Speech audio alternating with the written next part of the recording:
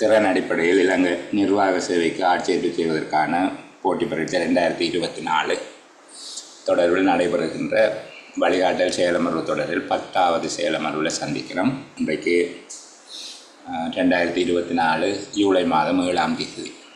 கடந்த 2 செயலமர்வுகளில் தாபன விதிக்கோவையினுடைய 2வது தொகுதி அதன் 48வது அத்தியாயம் தொடர்பாக பேசிக்கொண்டிருக்கிறேன். 48வது அத்தியாயத்தில் ஏற்கனவே அதனுடைய 25 பிரிவுகள் எங்களால் கலந்துரையாடப்பட்டிருக்கு அல்லது அது தொடர்பாக மேலோட்டமான பார்வை செலுத்தப்பட்டிருக்கு. சில விடயங்களை நீங்கள் திரும்ப வாசித்து கொள்ள வேணும். சில விடயங்களை எல்லாம் முழுவதையும் வாசித்து கொள்வது பொருத்தமாக இருக்கும்.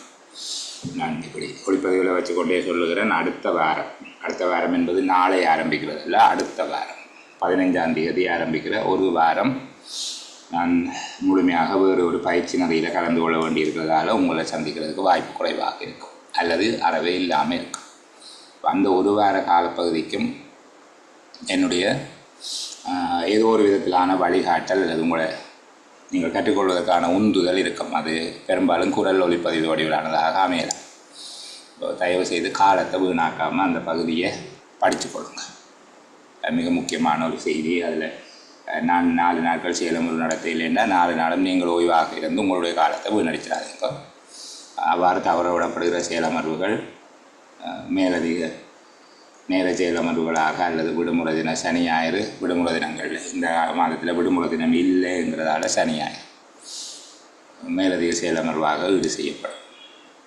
மேலதிக செயலமர்வில் இருக்கிற மனக்குறை என்னென்றால் வருகிற ஆட்களில் அரைவாசியாக்கள்லாம் வருவார். ஆனால் அதுக்காக வந்தவர்களை நாங்கள் மனக்கிலேசம் அடைய அல்லது அவர்கள் மனம் இருந்து செய்ய இயலாது. நாங்கள் அந்த பகுதி தொடர்பில் வராதவர்களுடைய குறை தொடர்பில் கவனம் செலுத்தாமல் வந்த ஆட்களுக்கு படிப்போம். சரி, இப்போ நாங்கள் இதில் இப்போது 26வது பகுதி சம்பந்தமாக பார்க்குறோம். ஒழுக்காற்று கட்டளைகளுக்கு எதிராக மேன்முறையீடுகளை சமர்ப்பித்தல், ஒழுக்காற்று கட்டளைகளை மீளமைத்தல் என்கிற இந்த பகுதிக்கு வாரம். இப்போ நாங்கள் ஏற்கனவே பார்த்தது போல் 10 படிமுறைகள் என்பதில் 8 படிமுறைகளை நாங்கள் நிறைவு செய்துட்டோம். 1 ஆரம்ப விசாரணை நடத்துதல், 2 ஆரம்ப விசாரணை அறிக்கை பெறுதல், 3வது குற்றப்பத்திரம் வழங்குவது, 4வது காரண விளக்கம் பெறுவது, 5வது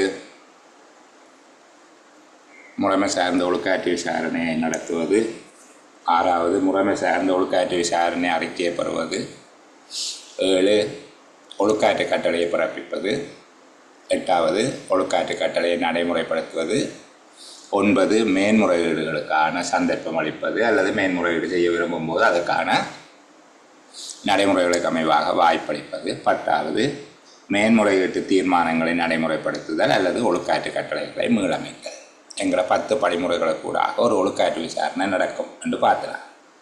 இப்போ நாங்கள் ஒழுக்காற்று கட்டளைகள் பிறப்பிக்கப்பட்டு அவை நடைமுறைப்படுத்தப்படுவது தொடர்பாக பார்த்துருக்கோம். முக்கியமான விடயம் நாங்கள் அந்த இடத்துல நாங்கள் ஒழுக்காற்று கட்டளைகள் விதிக்கப்படுகிற போது அதற்குள்ளே சொல்லப்பட்டிருக்கக்கூடிய விடயங்கள் மிக முக்கியமானவை.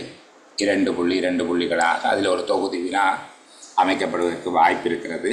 அந்த பகுதியை கவனமாக பார்க்க வரும் என்று சொல்லி பார்த்துனாங்க.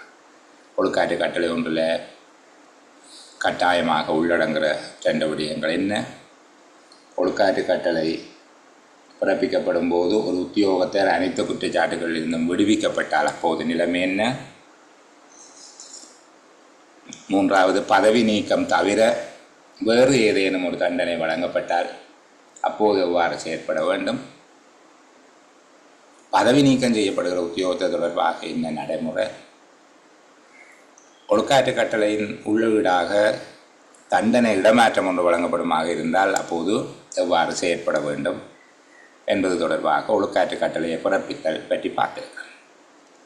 ஒழுக்காற்று கட்டளையை நடைமுறைப்படுத்துதல் என்கிற அடிப்படையில் நாங்கள் அந்த தண்டனை விதித்தல் முக்கியமானது. அந்த தண்டனை அமலுக்கு வரும் திகதி என்பது குற்றம் புரிந்த திகதி. அந்த திகதியில் இருந்து அவருக்கு தண்டனைகள் வழங்கப்படும். அப்படி வழங்கப்படுகிற தண்டனைகள் 2 விதமாக இருக்குது. பாரிய தண்டனைகள், சிறிய தண்டனைகள் என்று சொல்லி அந்த தண்டனைகள் எவை என்று சொல்லி உங்களுக்கு தெரியும் என்பதனால நான் அது தொடர்பில் அதிகம் பேசவில்லை. அந்த தண்டனைகள் பற்றி சொல்லுகிற போது ஒரு விடயத்தை நாங்கள் பாரிய தண்டனைகள் அல்லது பெரிய தண்டனைகள் என்று வச்சுக்கொள்வோம். பாரிய தண்டனைகளில் ஒரு வகையான தண்டனை இருக்கிறது. பதவி நீக்கத்துக்கு பதிலாக கருணை அடிப்படையில் ஓய்வு பெற செய்தல் என்று சொல்லி, பதவி நீக்கத்துக்கு பதிலாக கருணை அடிப்படையில் ஓய்வு பெற செய்தல். இப்படியான ஒரு தண்டனை ஒருபோதும் ஒழுக்காற்று கட்டளையில் இருக்காது. இப்படியான தண்டனை ஒரு காலமே அவருடைய ஒழுக்காற்று கட்டளையில் பிறப்பிக்கப்பட முடியாது. ஏன் அப்படி பிறப்பிக்க முடியாது என்றால், ஒன்று பதவி நீக்கம் செய்யலாம், அல்லது அவரை ஓய்வு பெற செய்யலாம். பதவி நீக்கம் செய்யலாம் அல்லது அவரை கட்டாயமான முறையில் ஓய்வு பெற செய்யலாம். ஆனால் பதவி நீக்கத்துக்கு பதிலாக அனுதாபத்துடனான மாற்றீடாக கட்டாயமான முறையில் ஓய்வு பெற வைத்தல் என்று சொல்லி ஒரு தண்டனையை விதிக்கிறீங்க. அப்படி விதிக்கல சொல்கிற விளங்கு தானே. ஒன்று அவரை பதவி நீக்கம் செய்யலாம், சரி, அல்லது கட்டாயமாக ஓய்வு பெற செய்யலாம். பதவி நீக்கத்துக்கு பதிலாக கருணை அடிப்படையில் கட்டாயமாக ஓய்வு பெற செய்தல் என்கிற தண்டனை ஒரு ஒழுக்காற்று அதிகாரியால் விதிக்கப்படுகிற தண்டனை அல்ல. ஒழுக்காற்று அதிகாரி பதவி நீக்கம் என்று தண்டனையை கொடுத்துட்டார், மேன்முறையீடு செய்யப்படுது. மேன்முறையீட்டு அதிகாரி அந்த தண்டனையை கட்டாய ஓய்வு என்பதாக மாற்றினால் இப்போது 23(3)(4) வகைக்குள்ளே அது வந்து சரிதானே. அல்லது ஒழுக்காற்று அதிகாரி என்றால் அவர் 24(3)(1) கொடுப்பார், அல்லது 24(3)(3) கொடுப்பார். இதில் இருந்து 3(1) இருந்து 3(3)க்கு மாற்றுறது தான் 3(4). இது மேன்முறையீட்டு அதிகாரி தான் கொடுக்குறார், சரிதானே. இப்போ மேன்முறையீட்டு அதிகாரினாலே மட்டும் வழங்கப்படக்கூடிய ஒரு தண்டனை தான் பதவி நீக்கத்துக்கு பதிலாக கருணை அடிப்படையில் கட்டாயமாக ஓய்வு பெற செய்தல் என்கிறது அமையும். சரி, இது ஒரு மேலதிகமான தகவல். நான் அதை பேசுகிற போது அந்த விடயத்தை கொஞ்சம் கவனம் செலுத்த மறந்து விட்டேன் என்பதால் இந்த பகுதியை திரும்ப சொன்னேன். இப்போ மேன்முறையீடு செய்கின்ற நடைமுறை, ஒழுக்காற்று அதிகாரி தான் பிறப்பித்த ஒழுக்காற்று கட்டளையை தான் மீளமைக்க முடியாது. ஒரு ஒழுக்காற்று அதிகாரி தான் பிறப்பித்த ஒழுக்காற்று கட்டளையை தான் மீளமைக்க முடியாது. இது யாருக்கு பொருந்தும் என்றால், அதிகாரம் கையளிக்கப்பட்டவர்களுக்கு பொருந்தும். அதிகாரம் கையளிக்கப்பட்டவர்களுக்கு பொருந்தும். அமைச்சரவை தன்னுடைய தீர்மானத்தை மாற்றி அமைக்கலாம். அமைச்சரவை தன்னுடைய தீர்மானத்தை மாற்றி அமைக்க முடியும். ஒழுக்காற்று அதிகாரியாக அமைச்சரவை இருக்கும்போது, அமைச்சரவை திணைக்கள தலைவர்களுக்கு தான் இருக்கும், இப்போ உங்களுக்கு தெரியும், சரிங்களா. ஒழுக்காற்று அதிகாரியாக அமைச்சரவை திணைக்கள தலைவர்களுக்கு இருக்கும்போது அங்கே மேன்முறையீடு அமைச்சரவைக்கு சமர்ப்பிக்கப்படுகிற போது அவர்கள் அதை மாற்றி அமைக்கலாம். அடுத்து, ஆணைக்குழுவினாலே அதிகாரம் அளிக்கப்பட்டவர்கள், அது நாங்கள் பொதுச்சேவை ஆணைக்குழுவின் நடைமுறை விதிகளில் அந்த விடயத்தை நாங்கள் பார்த்துருக்கிறோம். ஆணைக்குழுவினால் அதிகாரம் கையளிக்கப்பட்ட ஒரு குழுவினர், சுகாதார சேவை ஆணைக்குழு, சுகாதார சேவை குழு, கல்வி சேவை குழு, இவர்களில் ஒரு தரப்பினர் யாருக்காவது ஒழுக்காற்று கட்டளை பிறப்பித்திருந்தால் அந்த ஒழுக்காற்று கட்டளை தொடர்பான மேன்முறையீடு அரசாங்க சேவை ஆணைக்குழுவுக்கு செய்யப்படுது. அரசாங்க சேவை ஆணைக்குழுவுக்கு செய்யப்படுது. இதேபோல் அரசாங்க சேவை ஆணைக்குழுவினால் பிறப்பிக்கப்பட்ட ஒரு ஒழுக்காற்று கட்டளை தொடர்பிலும் அரசாங்க சேவை ஆணைக்குழுவிடம் மேன்முறையீடு செய்யப்படுது. அரசாங்க சேவை ஆணைக்குழு ஒழுக்காற்று அதிகாரியாக இல்லாத வேளையிலே ஒழுக்காற்று அதிகாரியினால் பிறப்பிக்கப்பட்ட, அதாவது தத்துவம் கையளிக்கப்பட்ட அதிகாரியினால் பிறப்பிக்கப்பட்ட ஒரு ஒழுக்காற்று கட்டளைக்கு எதிராக அரசாங்க சேவை ஆணைக்குழுவுக்கு மேன்முறையீடு செய்யப்படுகிறது. இப்போ அரசாங்க சேவை ஆணைக்குழு அது தொடர்பில் ஒரு தீர்மானத்தை வழங்கும், ஒரு மேன்முறையீட்டு தீர்மானம் ஒன்றினை வழங்கும். அவ்வாறு அரசாங்க சேவை ஆணைக்குழுவுக்கு 3 மாத காலப்பகுதிக்குள்ள விண்ணப்பிக்க வேண்டும். 3 மாத காலத்துக்குள்ளாக அந்த ஒழுக்காற்று கட்டளை தொடர்பில் அதனால் அவதியுறுகின்ற, இன்னல் அடைகின்ற, திருப்தி அடையாத ஒரு உத்தியோகத்தர் அரசாங்க சேவை ஆணைக்குழுவுக்கு 3 மாத காலப்பகுதிக்குள்ளாக அவர்கள் மேன்முறையீடு செய்யலாம். அரசாங்க சேவை ஆணைக்குழு வழங்குகின்ற தீர்மானம் அல்லது அரசாங்க சேவை ஆணைக்குழுவினால் வழங்கப்படுகிற கட்டளை தொடர்பில் திருப்தி அடையாத ஒரு உத்தியோகத்தர் நிர்வாக மேன்முறையீட்டு நியாய சபையிடம் தன்னுடைய மேன்முறையீட்டை வழங்கலாம். இப்போ நிர்வாக மேன்முறையீட்டு நியாய சபை என்பது நீதி சேவை ஆணைக்குழுவின் கீழே இயங்குகிறது. தற்போது இருக்கிற ஏற்பாடுகளின்படி 2 வார காலப்பகுதிக்குள்ளாக அந்த மேன்முறையீடு செய்யப்பட வேண்டும். பெரும்பாலும் இதில் இருக்கிற அரசியலமைப்பு சார்ந்த திருத்தங்கள் இதில் திருத்தப்பட்டு இல்லை. ஒரு சுற்றறிக்கை இருக்குது 5/2017. அதனுடைய திருத்தம் என்னென்னால் 26/3 திருத்தப்பட்டிருக்கிறது. நீங்கள் அதை வச்சு கொண்டிருக்கக்கூடாது, அனுப்பிவிட வேண்டும் என்று சொல்லி. ஒழுக்காற்று விசாரணையினாலே அதிருப்தி அடைகின்ற அலுவலர் ஒருவர் அந்த ஒழுக்காற்று கட்டளைக்கு எதிராக மேன்முறையீடு செய்வதற்குள்ள உரிமையை நேரிய முறையில் கையாள்வது தொடர்பாக ஒழுக்காற்று கட்டளையை வழங்குவதற்கு அடிப்படையாக கொண்ட விடயங்களை குறித்த அலுவலருக்கு அறிவிப்பதற்கு ஒழுக்காற்று அதிகாரி கட்டுப்பட்டுள்ளார். அதாவது ஒருவருக்கு ஏன் இந்த ஒழுக்காற்று கட்டளையில் இந்த தண்டனைகள் விதிக்கப்பட்டவை என்பதற்கான காரணங்களை ஒழுக்காற்று அதிகாரி அவருக்கு அறிவிக்க வேண்டும். அப்போதான் அந்த காரணங்கள் அவருக்கு பொருத்தமானதா பொருத்தம் இல்லையா என்பதை அவர் தெரியப்படுத்தி மேன்முறையீடு செய்யலாம். இது 2017 ஆண்டு 5/2017 சுற்றறிக்கை வந்தது. மற்ற ஏனைய பகுதிகள் தற்போது திருத்தம் செய்யப்பட்டது. நீங்கள் இவ்வளவும் விளங்கி வச்சுருந்தீங்கன்னா சரி. ஏனென்றால் அமைச்சரவை ஒழுக்காற்று அதிகாரியாக இருக்கிற போது அமைச்சரவைக்கு தான் மேன்முறையீடு செய்ய வேண்டும். பொதுச்சேவை ஆணைக்குழுவினால் தத்துவம் கையளிக்கப்பட்ட ஒரு குழு அல்லது தத்துவங்கள் கையளிக்கப்பட்ட ஒரு அலுவலர் ஒழுக்காற்று அதிகாரியாக உள்ள போது அது தொடர்பில் ஒழுக்காற்று கட்டளையினால் இன்னல் அடைகின்ற அல்லது திருப்தி அடையாத அவதியுறுகின்ற ஒரு உத்தியோகத்தர் தன்னுடைய மேன்முறையீடுகளை அரசாங்க சேவை ஆணைக்குழுவுடன் சமர்ப்பிக்கிறார். அரசாங்க சேவை ஆணைக்குழுவினால் பிறப்பிக்கப்பட்ட கட்டளைகள் தொடர்பிலையும் அதற்கான மீளாய்வு கோரிக்கை அல்லது மீளாய்வு விண்ணப்பம் அரசாங்க சேவை ஆணைக்குழுவுடன் சமர்ப்பிக்கப்படுகிறது. அரசாங்க சேவை ஆணைக்குழு வழங்குகின்ற கட்டளைகள் தொடர்பில் அல்லது அது வழங்குகின்ற தீர்மானங்கள் தொடர்பில் திருப்தி அடையாத, அதனால் அவதியுறுகின்ற அல்லது இன்னலடைகின்ற ஒரு உத்தியோகத்தர் நிர்வாக மேன்முறையீட்டு நியாய சபையிடம் தன்னுடைய மேன்முறையீட்டை சமர்ப்பிக்கலாம். இதுதான் இப்போ இருக்கிற ஒழுங்கு முறைமை. இந்த விடயத்தை புரிஞ்சு கொண்டால் போதுமானது. இந்த 26வது பகுதி தொடர்பில் அதிக அளவில் நீங்கள் நெருக்கீடு கொள்ள தேவையில்லை.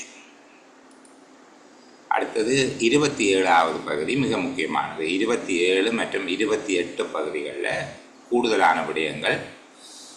இந்த தடவையும் அண்மையில் நடந்த இது ஒரு பரீட்சையில் இது கேட்டிருந்தாங்க. நியதி சட்ட அதிகாரி ஒருவரால் அல்லது நீதிமன்றம் ஒன்றினால் அரசாங்க அலுவலருக்கு எதிராக நடவடிக்கை மேற்கொள்ளப்படுகின்ற போது ஒழுக்காற்று அதிகாரி பின்பற்றப்பட வேண்டிய நடவடிக்கை முறை, ஒழுக்காற்று அதிகாரியினால் பின்பற்றப்பட வேண்டிய நடவடிக்கை முறைமையின் முக்கியமான அம்சங்களை விளங்கப்படுத்துங்க என்று கேட்டிருந்தாங்க.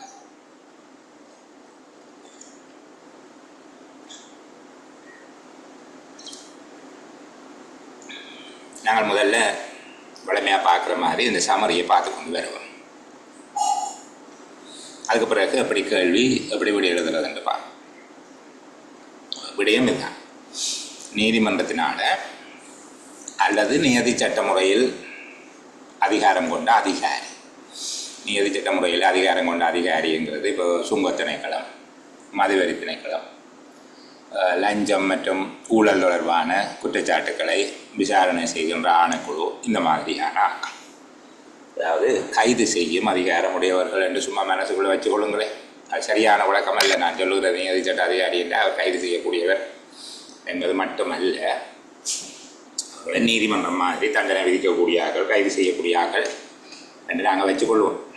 இப்போ நீதிமன்றத்தினாலே அல்லது நியதி சட்ட முறை அதிகாரம் பெற்ற அதிகாரிகளால் அரசு அலுவலர் ஒருவருக்கு எதிராக நடவடிக்கை மேற்கொள்ளப்படுகிற சந்தர்ப்பத்தில் ஒழுக்காற்று அதிகாரி எவ்வாறான நடைமுறைகளை பின்பற்ற வேண்டும்.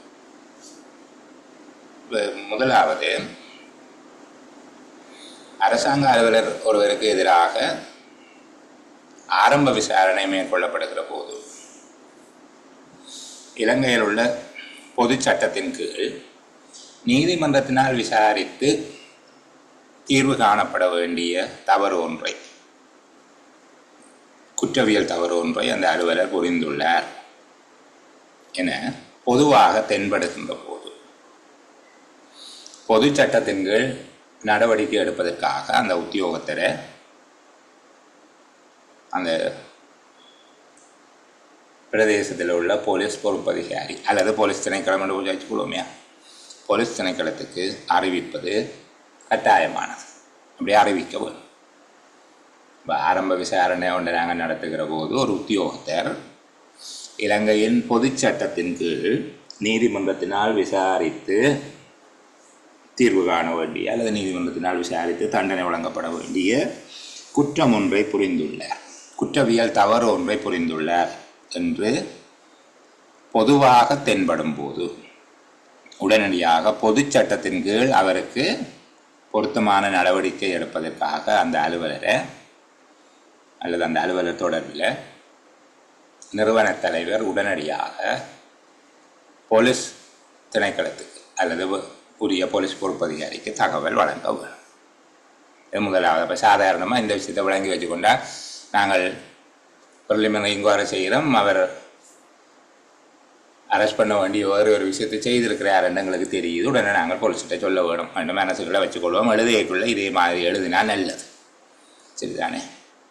ஒரு அரசு அலுவலருக்கு எதிராக மேற்கொள்ளப்படும் ஆரம்ப புலனாய்வின் போது இலங்கையின் பொது சட்டத்தின் கீழ் நீதிமன்றத்தினால் விசாரணை செய்து தண்டனை விதிக்கப்பட வேண்டிய குற்றவியல் தவறு ஒன்றை அவர் புரிந்துள்ளார் என மேலோட்டமாக தென்படும் சந்தர்ப்பத்தில் பொது சட்டத்தின் கீழ் அவருக்கு எதிரான தகுந்த நடவடிக்கை மேற்கொள்ளும் பொருட்டு அது பற்றி போலீஸ் திணைக்களத்துக்கு அறிவிப்பதற்கு நிறுவன தலைவர் நடவடிக்கை எடுக்க வேண்டும்.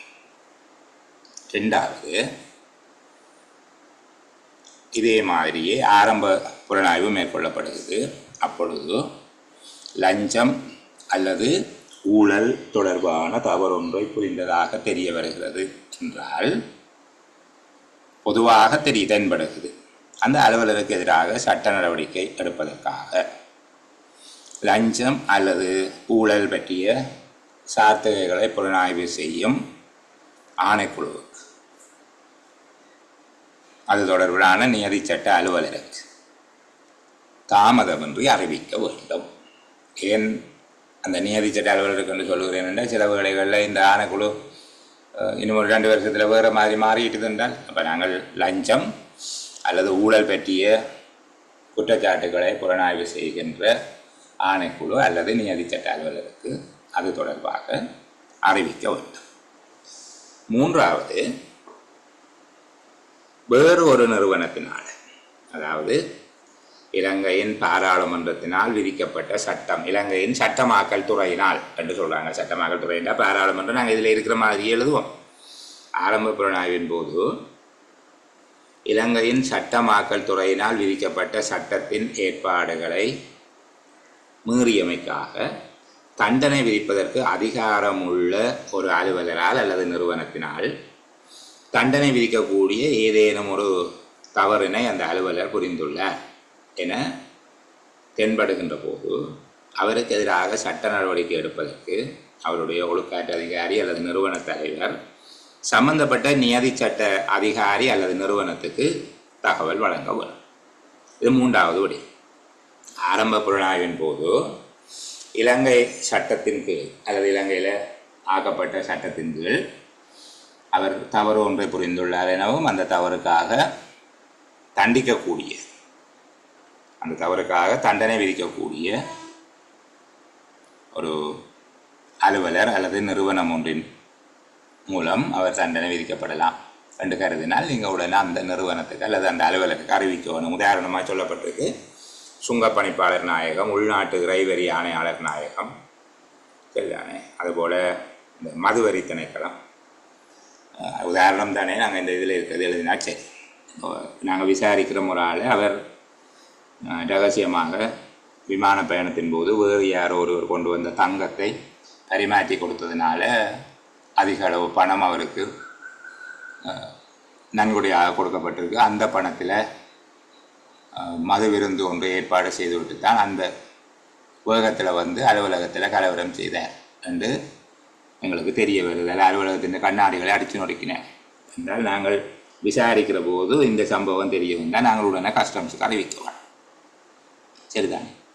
அல்லது செலுத்த வேண்டிய ஒரு வரியை செலுத்தாமல் தவிர்த்ததன் மூலமாக அவருக்கு ஒரு பணம் கிடைச்சிருக்குது, காணிந்த பொறுமதியை குறைச்செழுதி அதால் ஆதாயம் பெற்றார், அந்த ஆதாயத்துக்கு ஒரு மது விருந்து கொண்டாடினார், அலுவலகத்தை தாக்கினார் என்றால் நாங்கள் உள்நாட்டு இறைவரி ஆணையாளர் நாயகத்துக்கு அறிவிக்க வேணும், உள்நாட்டு அரசரை திணைக்களத்துக்கு அறிவிக்க வேணும்.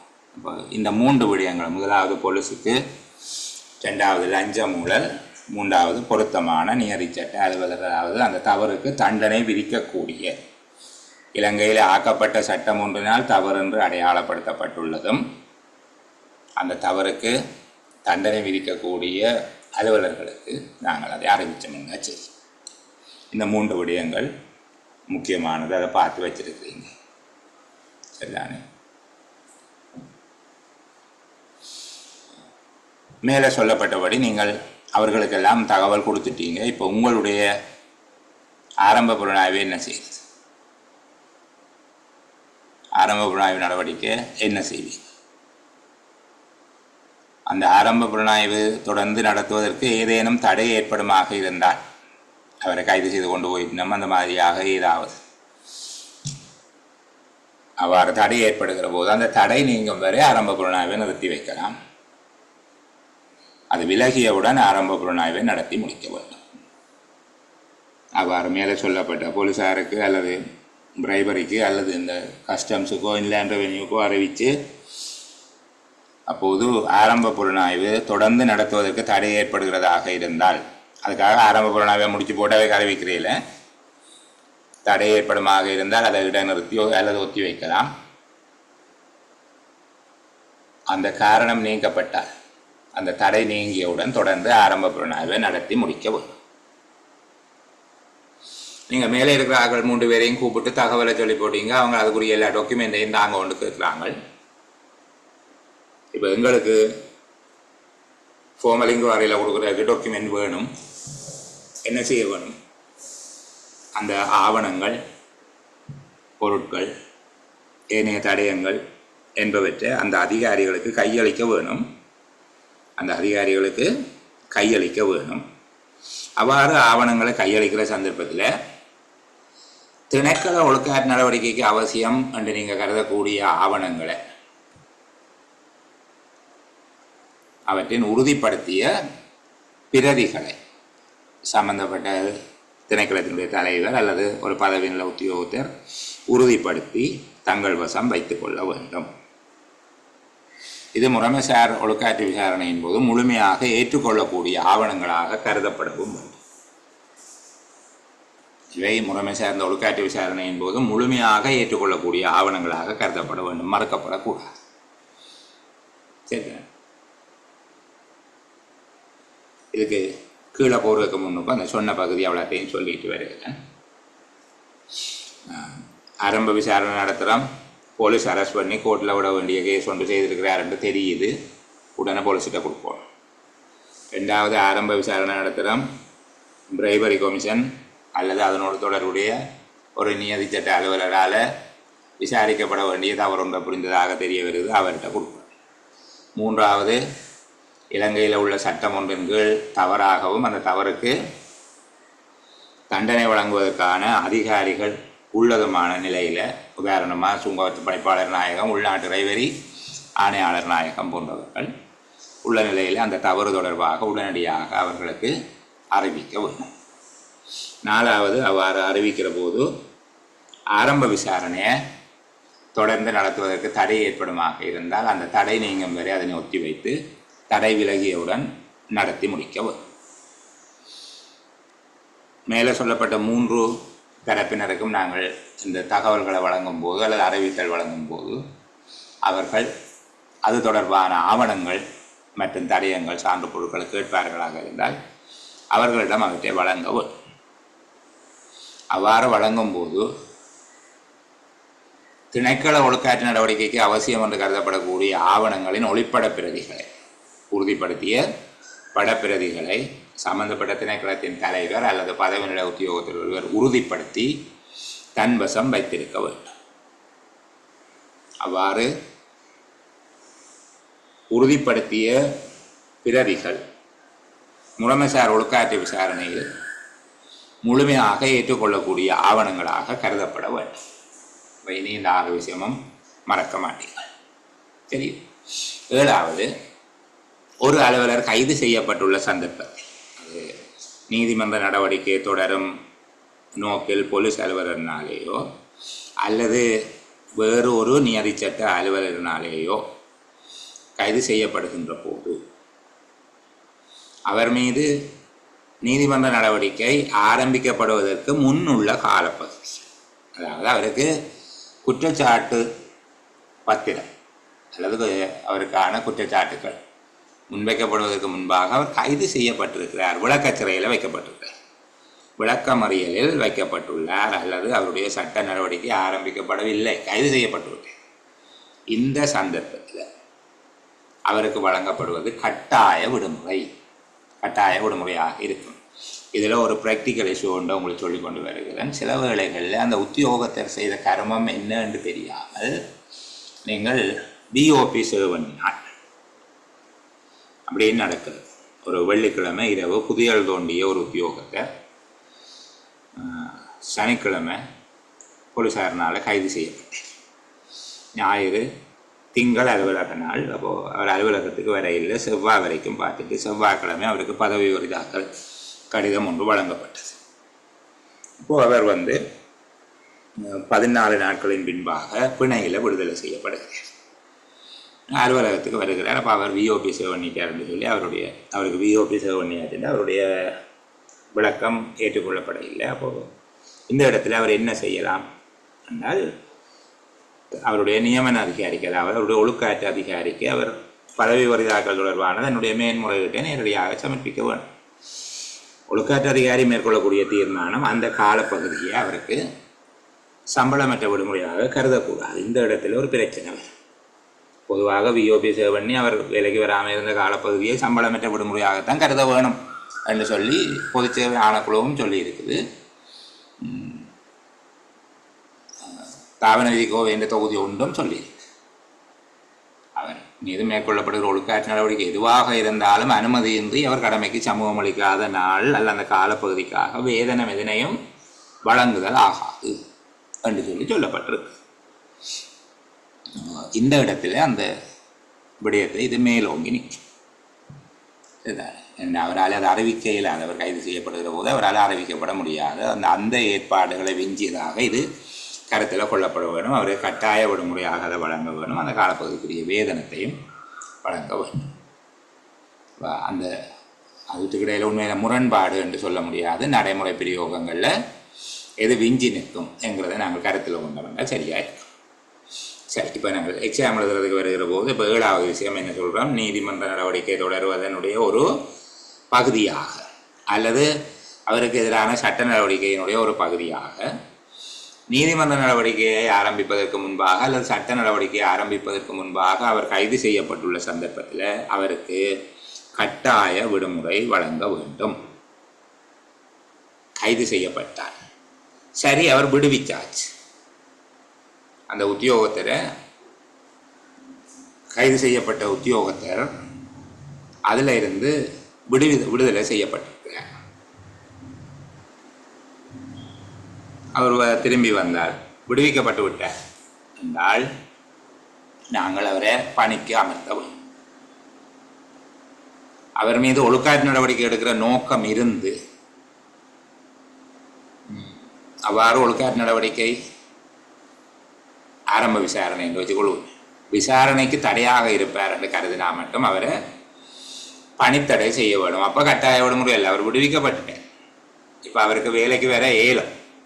ஆனால் அவர் வேலைக்கு வந்தால் விசாரணைக்கு தடையாக இருக்கும் என்று கருதினால் அவரை பணித்தடை செய்யலாம்.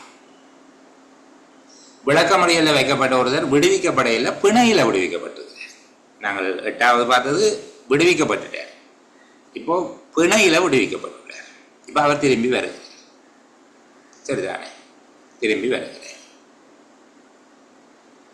அது அரசாங்க சேவைக்கு பாதகம் இல்லை, அவர் மீள வேலைக்கு வருவது அரசாங்க சேவைக்கு பாதகம் இல்லை என்று கருதினால் அவர் மீள பணிக்கு அமர்த்தப்பட வேண்டும். அரசாங்க சேவைக்கு பாதகமாக அமையும் என்று ஒழுக்காற்று அதிகாரி கருதினால், அரசாங்க சேவைக்கு பாதகமாக அமையும் என்று ஒழுக்காற்று அதிகாரி முடிவு செய்தால் இன்னும் அவரை கட்டாய விடுமுறையில் வைக்க வேண்டும். என் முதல் கட்டாய விடுமுறையில் தான் இருந்தவர், விளக்கச்சிறையில் இருந்து போகும். இன்னும் அவரை கட்டாய விடுமுறையில் வைக்க வேண்டும்.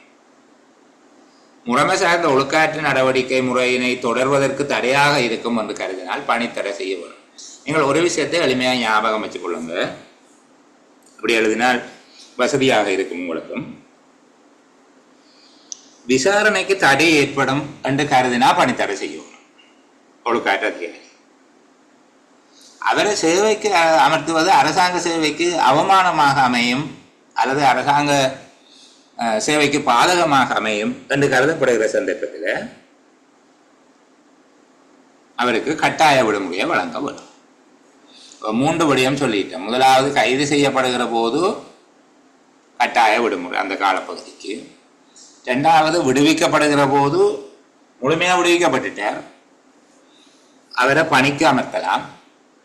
அவர் தொடர்பில் ஒழுக்காற்று நடவடிக்கை நாங்கள் எடுக்கணும். அது நீதிமன்றம் விடுவிச்சுட்டு தந்தாலும் எங்களுக்கு பிரச்சனை இல்லை, நாங்கள் ஒழுக்காற்று நடவடிக்கை எடுக்க வேண்டும். அந்த ஒழுக்காற்று நடவடிக்கைக்கு தடை ஏற்படும் என்று கருதினால் மட்டும் பணித்தடை செய்யலாம். 3வது, பிணையில் விடுவிக்கப்பட்டிருக்கிறார், சாதாரண சூழ்நிலையில் அவரை வேலைக்கு அமர்த்தலாம். அதாவது அரசாங்க சேவைக்கு பாதிப்பு ஏற்படாது என்று கருதினால் வேலைக்கு அமர்த்தலாம். அரச சேவைக்கு பாதிப்பு ஏற்படும் என்று கருதினால் கட்டாய விடுமுறையில் வைக்க வேண்டும். விசாரணைக்கு தடை ஏற்படுத்துவார் என்று தெரிஞ்சால் அவரை பணித்தடை செய்ய வேண்டும்.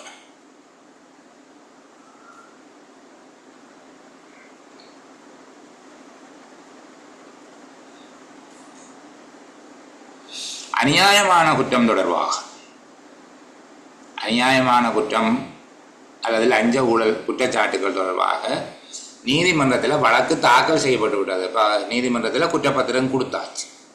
அப்போ அந்த குற்றப்பத்திரத்தில் எங்களுக்கு பார்க்க தெரியுது அவர் அநியாயமான தவறு ஒன்றை செய்திருக்கிறார் என்று சொல்லி. அப்போ அப்படியான சந்தர்ப்பத்தில் அவரை கட்டாயமாக பணித்தடை செய்யப்படும்.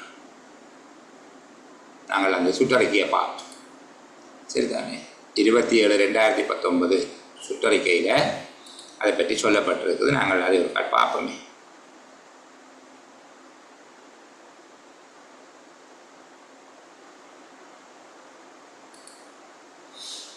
பிறகு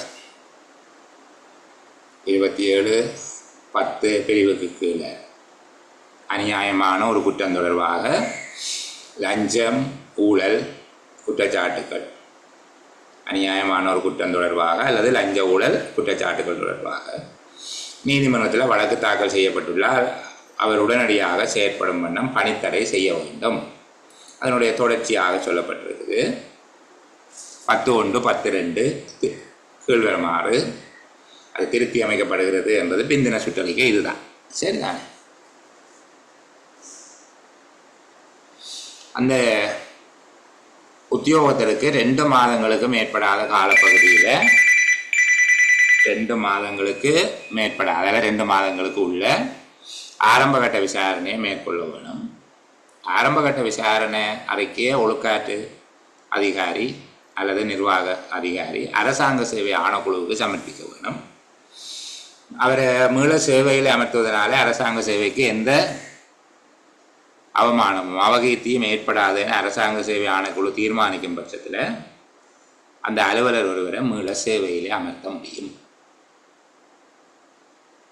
முதல்ல பணித்தடை செய்ய வேணும் என்றிருந்தது, இப்போ சொல்லியிருக்கு. இருந்தாலும் லஞ்சம் அல்லது அரசாங்க விரோத செயற்பாடுகள், பயங்கரவாத செயற்பாடுகள் ஆகியவை தவிர, சரிதானே, லஞ்சம் அரசுக்கு எதிரான செயற்பாடுகள் தவிர ஊழல் மற்றும் குற்றவியல் தவறு. நம்ம லஞ்சம் என்பது மேலே சொன்ன போல பணித்தடை செய்ய வேணும். ஊழல் செய்திருக்கிறார் அல்லது குற்றவியல் தவறு ஒன்று தொடர்பாக நீதிமன்றத்தில் வழக்கு தொடரப்பட்டால் 2 மாதங்களுக்குள்ள ஆரம்ப விசாரணை நடத்தி அந்த அறிக்கையை நிர்வாக அதிகாரி, ஒழுக்காற்று அதிகாரி ஆணைக்குழுவுக்கு சமர்ப்பிக்க வேண்டும். ஆணைக்குழு அது தொடர்பாக ஆராய்ந்து அவரை அரசாங்க சேவைக்கு அமர்த்துவதனால எந்த அபகீர்த்தியும் ஏற்படாது என்று தீர்மானித்தால் அவரை வேலைக்கு அமர்த்தலாம். இதனால அரசாங்க சேவைக்கு பாதிப்பு ஏற்படும் என்று ஆணைக்குழு தீர்மானிக்கும் பட்சத்தில் நீதிமன்றத்தினுடைய தீர்ப்பு கிடைக்கும் வரைக்கும் அவர்களுடைய பணித்தடை நீடிக்கப்படும். அவர் தொடர்ந்து பணித்தடை செய்யப்பட வேண்டும். இதில் இன்னொரு விடயம் சொல்லப்பட்டிருக்குது. நீதிமன்ற தீர்ப்பு கிடைப்பதற்கு 1 வருடத்துக்கு மேல காலம் செல்லுமாக இருந்தால், நீதிமன்ற தீர்ப்பு கிடைக்கிறதுக்கு 1 வருடத்துக்கு மேல காலம் செல்லுமாக இருந்தால் அரைவாசிக்கு மேற்படாத ஒரு சம்பளத்தை, மாதாந்த சம்பளத்தில் அரைவாசிக்கு மேற்படாத ஒரு தொகையை ஒழுக்காற்று அதிகாரி செலுத்தலாம். ஒழுக்காற்று அதிகாரி செலுத்தலாம். இது இந்த குற்றங்களுக்கு. மற்ற சாதாரணமான விடயங்கள் தொடர்பில் நாங்கள் பார்த்துட்டோம். சரிதானே. இதில் விவரிக்கப்படாத சாதாரணமான குற்றங்கள் தொடர்பாக என்றால் 6 மாதத்துக்குள்ள விசாரணையை முடிவுறுத்த முடியாவிட்டால் ஒழுக்காற்று அதிகாரி அந்த உத்தியோகத்திடம் மீள சேவைக்கு அமர்த்தி சம்பளம் வழங்குவார். ஒழுக்காற்று கட்டளை கிடைச்சதுக்கு பிறகு அந்த பணித்தடை செய்யப்பட்ட காலத்துக்குரிய சம்பளத்தை பற்றி தீர்மானம் எடுக்கலாம் என்று நாங்கள் முதல் கதைச்சிட்டோம். இப்போ இங்கே இந்த பகுதியை நாங்கள் உத்தியோகத்தர்கள் பணித்தடை செய்யப்பட வேண்டும், லஞ்சம் அல்லது பாரதூரமான அநியாயமான குற்றம் தொடர்பாக நீதிமன்றத்தில் வழக்கு தாக்கல் செய்திருந்தால் உடனடியாக அவரை பணித்தடை செய்ய வேண்டும். அப்படி பணித்தடை செய்துட்டு விசாரணை செய்ய வேண்டும், ஆரம்ப விசாரணை. லஞ்சம் அல்லது அரச விரோத கர்மமாக இருந்தால் பிரச்சனை இல்லை. அது தவிர ஊழல் மற்றும் வேறு குற்றவியல் தவறுகள் என்று வருகிற போது அந்த உத்தியோகத்தர் தொடர்பான ஆரம்ப விசாரணை நடத்தி ஆணைக்குழுவுக்கு அறிக்கை சமர்ப்பிக்க வேண்டும். நிர்வாக அதிகாரி அல்லது ஒழுக்காற்று அதிகாரி அதை சமர்ப்பிக்கிறார். ஆணைக்குழு அதனை அடிப்படையாக கொண்டு அவரை அரசாங்க சேவைக்கு உள்ளிருப்பதில் அரசாங்க சேவையில் அமர்த்துவது அரசாங்க சேவைக்கு அபகீர்த்தி ஏற்படுத்தும் என்று கருதினால் பணித்தடை செய்யும். அவ்வாறு இல்லை என்று கருதினால் அவரை மீள சேவைக்கு அமர்த்தும். சரிதானே. நீதிமன்றத்தில் சட்ட நடவடிக்கை எடுக்கப்பட்டு கொண்டிருக்கிற போது, நீதிமன்றத்தில் சட்ட நடவடிக்கை எடுக்கப்பட்டு கொண்டிருக்கும் போது அந்த குற்றம் தாவன விதி கோவையின் கீழும் ஒரு குற்றமாக அமைகிறது என்றால் அந்த உத்தியோகத்தர் மீது சம நேரத்தில் திணைக்கள ரீதியான ஒழுக்காற்று விசாரணையும் நீங்கள் நடத்தவும். எல்லா நேரத்திலையும் அதை செய்ய தேவையில்லை. அரசாங்க அலுவலர் ஒருவருக்கு எதிராக நீதிமன்றத்தில் சட்ட நடவடிக்கை எடுக்கப்பட்டு கொண்டிருக்குது. அந்த குற்றம் தாவன விதி கோவையின் கீழும் குற்றமாக அமைந்தால் ஒழுக்காற்று அதிகாரி நீதிமன்ற நடவடிக்கைக்கு மேலதிகமாக திணைக்கள நடவடிக்கை எடுக்கலாம். உதாரணமாக ஒரு விபத்து சம்பந்தமாக நடந்து கொண்டிருந்தால் அதுக்கு போய் ஒழுக்காற்று நடவடிக்கை எடுக்க வேணுமா எனக்கு தெரிய இல்லை. சில வேளை அதை 10ஆவதுக்குள்ளே போட்டு அரசாங்க சேவைக்கு அவமானத்தை ஏற்படுத்தினார் என்றும் நடவடிக்கை எடுக்கலாம். ஆனால் பொதுவாக ஒரு மூடல் இருக்குத்தானே. அரசாங்க அலுவலர் ஒருவருக்கு எதிராக நீதிமன்றத்தில் நடவடிக்கை எடுக்கப்பட்டு கொண்டிருந்தால் அது தாபன விதிக்கோவையின் கீழும் குற்றம் என்று இருக்குமாக இருந்தால் நீங்கள் தனியாக திணைக்கள விசாரணையை எடுக்க வேண்டும். ஏதேனும் காரணங்களாலே அதை இடைநிறுத்த வேண்டியிருந்தால் இடைநிறுத்தி போட்டு தடை நீங்கிய உடனே அந்த நடவடிக்கையை செய்யலாம். மற்றபடி சாதாரணமாக அதை ஒட்டி வைக்க தேவையில்லை. இப்போ இதுக்குள்ள ஒரு 3 பிரச்சனை இருக்குது. இந்த 3 விடயத்தை நாங்கள் மேலதிகமாக சொல்லுவோம். நீதிமன்றத்தில் அவருக்கு எதிரான விசாரணை முடிவடையவில்லை. நீங்கள் விசாரணையை முடித்து போட்டீங்க. நீதிமன்றம் ஒரு முடிவு சொல்லட்டும் என்று பார்த்து கொண்டிருக்க தேவையில்லை. நீங்கள் ஒழுக்காற்று கட்டளையை விதிக்கலாம். ஒழுக்காற்று கட்டளையை விதிக்கலாம். சரிதானே. அதே போல் நீங்கள் விசாரணையை முடிக்கையில் நீதிமன்றம் முடிச்சிட்டுது, உங்களுடைய விசாரணையை தொடர்ந்து நடத்துறதுக்கு அது அடையாக அமையாது. இறுதி வரையில் அதை செய்யலாம், அதே மூலமாக நீங்கள் செய்யலாம். இப்போ இதுக்குள்ளே இருக்கிற ரெண்டு பிரச்சனை, நீதிமன்றம் விசாரணை நடத்தி கொண்டிருக்கிறது, நீங்கள் முன்னுக்கு விசாரணை நடத்தி அவரை விடுவிச்சிட்டீங்கள், அவருக்கு எந்த விதமான குற்றச்சாட்டுகளும் இல்லை என்று சொல்லி விடுவிச்சிட்டீங்கள். நீதிமன்றம் தண்டிச்சிட்டு இப்போ 28ஆம் பிரிவு நாங்கள் அடுத்ததாக பார்க்க போகிறோம். 28ஆம் பிரிவின் கீழே அவருக்கு நடவடிக்கை எடுக்க வேண்டும். அதாவது நீதிமன்றத்தினால் குற்றவாளி ஆக்கப்பட்டால் அதை அடிப்படையாக கொண்டு நீங்களும் அவருக்கு ஒரு ஒழுக்காற்று கட்டளையை பிறப்பிக்க வேண்டும். ஒரு ஒழுக்காற்று கட்டளையை பிறப்பிக்க வேண்டும். நீதிமன்றம் குற்றவாளி என்று தீர்மானிச்சிட்டது, நீங்கள் முன்னுக்கு அவர் குற்றமற்றவர் என்று விடுவிச்சிருந்தால் நீதிமன்ற தீர்ப்பை அடிப்படையாக கொண்டு 28ஆம் பிரிவின் கீழ் நடவடிக்கை எடுப்பதற்கு நீங்கள் ஏற்கனவே விடுவித்தது ஒரு தடையாக அமையாது. மற்றொரு விதமாக, நீங்கள் ஆரம்பத்தில் விசாரித்து போட்டீங்கள், அவருக்கு ஒழுக்காற்று கட்டளை ஒன்றில் தண்டனை வழங்கப்பட்டு விட்டது, நீதிமன்றத்தினுடைய வழக்கு விசாரணையில் அவர் குற்றமற்றவர் என்று விடுதலை செய்யப்பட்டு விட்டார். இப்போது நீங்கள் வழங்கிய ஒழுக்காற்று கட்டளையை அந்த தீர்ப்பு ஒரு விதத்திலையும் பாதிக்காது. நீங்கள் வழங்கிய ஒழுக்காற்று கட்டளையை நடைமுறைப்படுத்துவதற்கு நீதிமன்றத்தினால் அவர் விடுவிக்கப்பட்டார் என்பது ஒருபோதும் தடையாக அமையாது, எந்த விதத்திலும் தடையாக இராது என்று சொல்லப்பட்டது. இப்போ இந்த சொல்லப்பட்ட 15 விடயங்களையும் சமரி பண்ணி கொண்டு வருவோம். பகுதி பகுதியாக கேட்கலாம் அல்லது முழுவதுமாக கேட்கலாம், கேட்காமலும் விடலாம். சரி, நாங்கள் எதுக்கும் படித்து வச்சிருக்கோம். நீதிமன்றம் அல்லது ஒரு நியதி சட்ட முறையிலான அலுவலரினால் அரசாங்க அலுவலர் ஒருவருக்கு எதிராக நடவடிக்கை மேற்கொள்ளப்படுகிற சந்தர்ப்பத்தில் பின்பற்றப்பட வேண்டிய ஒழுக்காற்று நடவடிக்கை முறைமை தொடர்பான முக்கியமான அம்சங்கள். 1, திணைக்களத்தினால் நடத்தப்படும் ஆரம்ப புலனாய்வின் போது நீதிமன்றத்தினால் தண்டிக்க வேண்டிய குற்றம் ஒன்றை புரிந்ததாக தெரிய வந்தால், பொதுச்சட்டத்தின் கீழான தண்டனை வழங்குவதற்கான குற்றம் ஒன்றை புரிந்ததாக தெரிய வந்தால் குறித்த அலுவலர் தொடர்பில் போலீஸ் திணைக்களத்துக்கு அறிவிக்க வேண்டும்.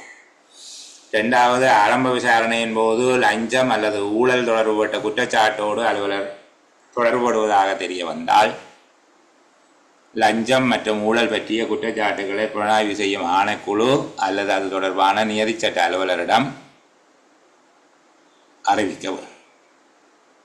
3வது, ஆரம்ப புலனாய்வின் போது இலங்கை சட்டத்தின் கீழ் புரியப்பட்ட தவறு ஒன்றுக்காக அதற்கான நியதி சட்ட அதிகாரிகளினால் தண்டிக்கப்படக்கூடிய தவறு ஒன்றை புரிந்ததாக தெரிய வரும் போது, உதாரணமாக சுங்கப்பணிப்பாளர் நாயகம், உள்நாட்டு இறைவரி ஆணையாளர் நாயகம் போன்றவர்கள் அந்த அலுவலர் தொடர்பான தகவல்களை குறித்த நியதி சட்ட அதிகாரிக்கு தாமதமின்றி அறிவிக்க வேண்டும்.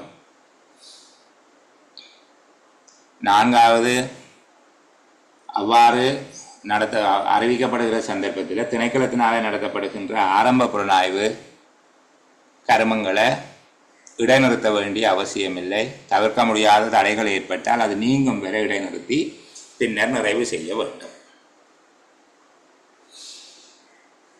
நியதிச்சட்ட அதிகாரிகள் அல்லது போலீசாரினால ஆவணங்கள் கோரப்படுகின்ற போது, அதற்கான தடயங்கள் சான்றுகள் கோரப்படுகிற போது அதனை வழங்க வேண்டும். திணைக்களத்தின் ஒழுக்காற்று நடவடிக்கைக்கு அவசியமானது என்று கருதுகின்ற ஆவணங்களினுடைய ஒளிப்பட பிரதிகளை அத்தாட்சிப்படுத்தி நிறுவன தலைவர் அல்லது பதவிநிலை உத்தியோகத்தர் ஒருவர் தன்வசம் வைத்துக் கொள்ள வேண்டும். முறைமை சார்ந்த ஒழுக்காற்று விசாரணையில் அவை முழுமையாக ஏற்றுக்கொள்ளக்கூடிய ஆவணங்களாக கருதப்படும்.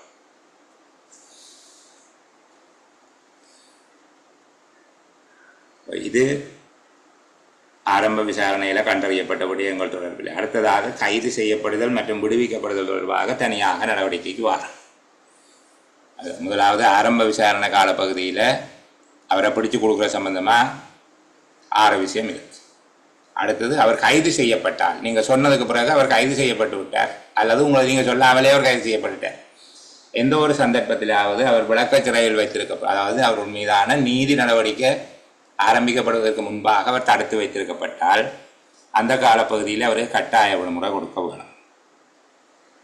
கைது செய்யப்பட்டவர் அதிலிருந்து முழுமையாக விடுவிக்கப்பட்டிருப்பாராக இருந்தால் அவரை பணிக்கு அமர்த்தலாம். அவர் மீது ஒழுக்காற்று நடவடிக்கை மேற்கொள்ள உத்தேசித்து அவர் பணிக்கு அமர்த்துவது தடையை ஏற்படுமாக இருந்தால் அவரை பணித்தடை செய்யலாம். பிணையில் விடுவிக்கப்படுவாராக இருந்தால், விளக்கமறியலில் வைக்கப்பட்ட உத்தியோகத்தர் பிணையில் விடுவிக்கப்படுவாராக இருந்தால்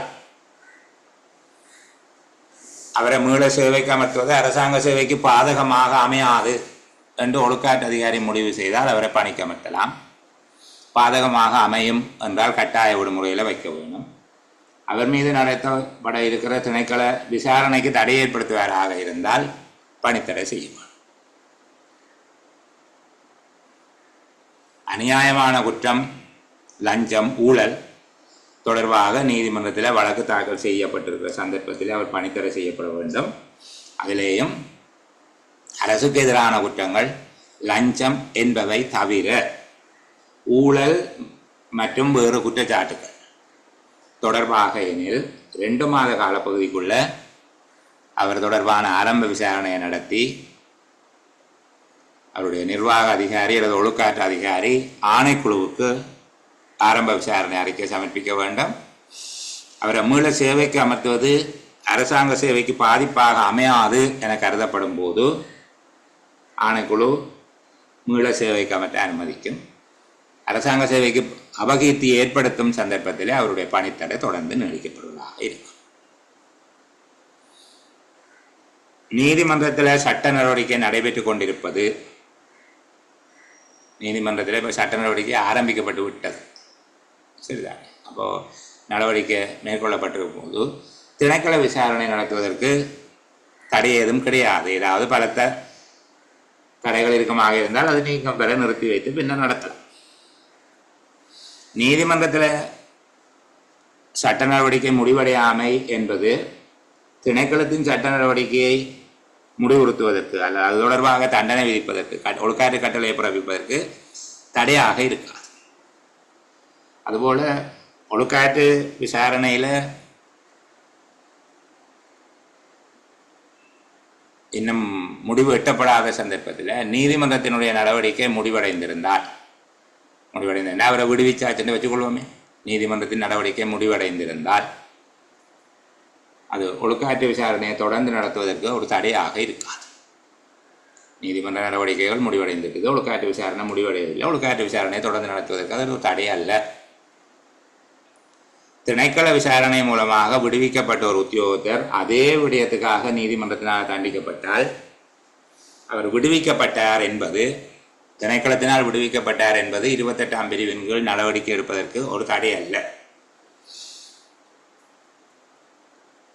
நீதிமன்றத்தில் குற்றச்சாட்டுகள் தொடர்பாக விடுவிக்கப்பட்ட ஒரு அலுவலருக்கு அதற்கு முன்பாக திணைக்களத்தினால் வழங்கப்பட்ட ஒழுக்காற்று கட்டளையில் விதிக்கப்பட்ட தண்டனைகள் நடைமுறைப்படுத்துவதற்கு நீதிமன்ற தீர்ப்பு ஒரு தடையாக அமையாது.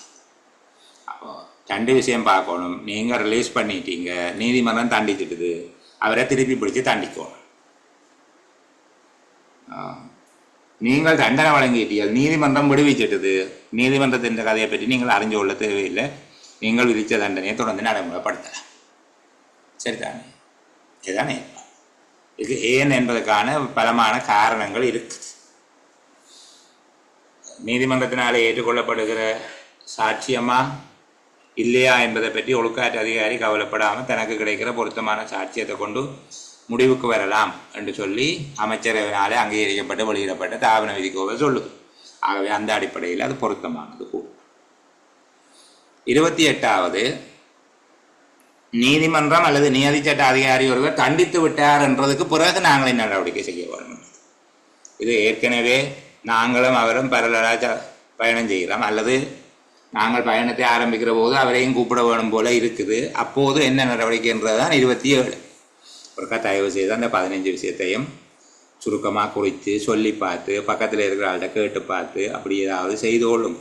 என்ன அல்லது ஒரு சின்ன பிரசங்கம் நடத்தி பார்த்து, இப்போது 27ஆவதுக்கும் 28ஆவதுக்கும் என்ன வித்தியாசம்? 27ஆவது நீங்கள் ஒரு ஒழுக்காற்று நடவடிக்கை ஆரம்பிக்கிறீங்கள், அந்த வேளையில் நியதி சட்ட அலுவலர் அல்லது நீதிமன்றத்தோடு சேர்ந்து பயணிக்க வேண்டி இருக்குது, அதையே கூப்பிட்டு விடுறீங்க.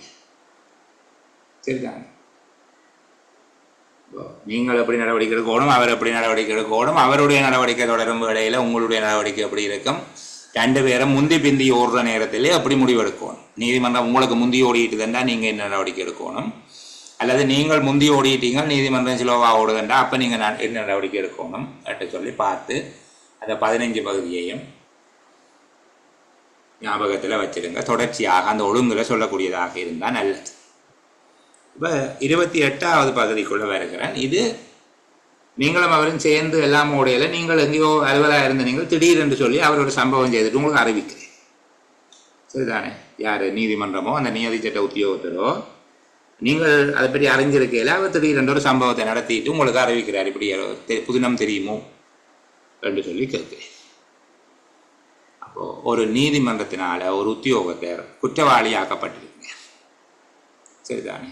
அது அந்த வழக்கு நடவடிக்கை, குறுகிய வழக்கு விசாரணை அதையெல்லாம் நாங்கள் விடுவோம். நீதிமன்றத்தினால் ஒரு உத்தியோகத்தர் 2 விதமாக அது குறுகிய வழக்கு விசாரணை அல்லது குற்றவியல் நடவடிக்கை முறைக்கோவையின்றே 449ஆம் பிரிவின் கீழ் குற்றவாளியாக்கப்பட்டால், நாங்கள் சுருக்கமாக சொல்லுவோம், ஒரு உத்தியோகத்தர் ஒருவர் நீதிமன்றத்தினால் அல்லது எவரேனும் ஒருவரை குற்றவாளி ஆக்குவதற்கு சட்ட அதிகாரம் பெற்ற நியதி சட்ட அலுவலர் ஒருவரினால் ஏதேனும் ஒரு குற்றத்துக்கு அலுவலர் ஒருவர் குற்றவாளி ஆக்கப்பட்டால் அல்லது தண்டனைக்கு ஆளாக்கப்பட்டால் அதை பற்றிய ஒரு பிரதியுடன் ஒழுக்காற்று அதிகாரிக்கு அறிக்கையிட வேண்டும். யார்?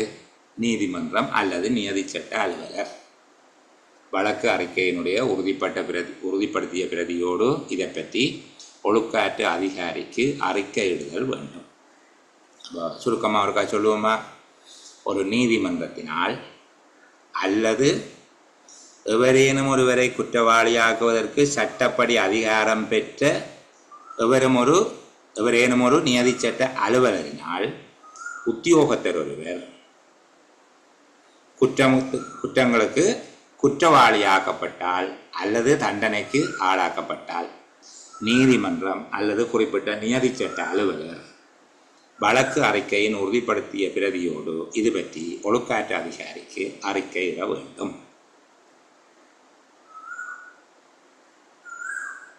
இவ்வாறு அவர் தண்டிக்கப்பட்டார் என்பது குற்றவியல் நடவடிக்கை சட்டக்கோவையின் 15ஆம் பிரிவின் கீழ் கண்டித்து விடுவித்தலும் நிபந்தனைகளுடன் விடுவித்தலும் தண்டிக்கப்பட்டதாகவே கருதப்பட வேண்டும்.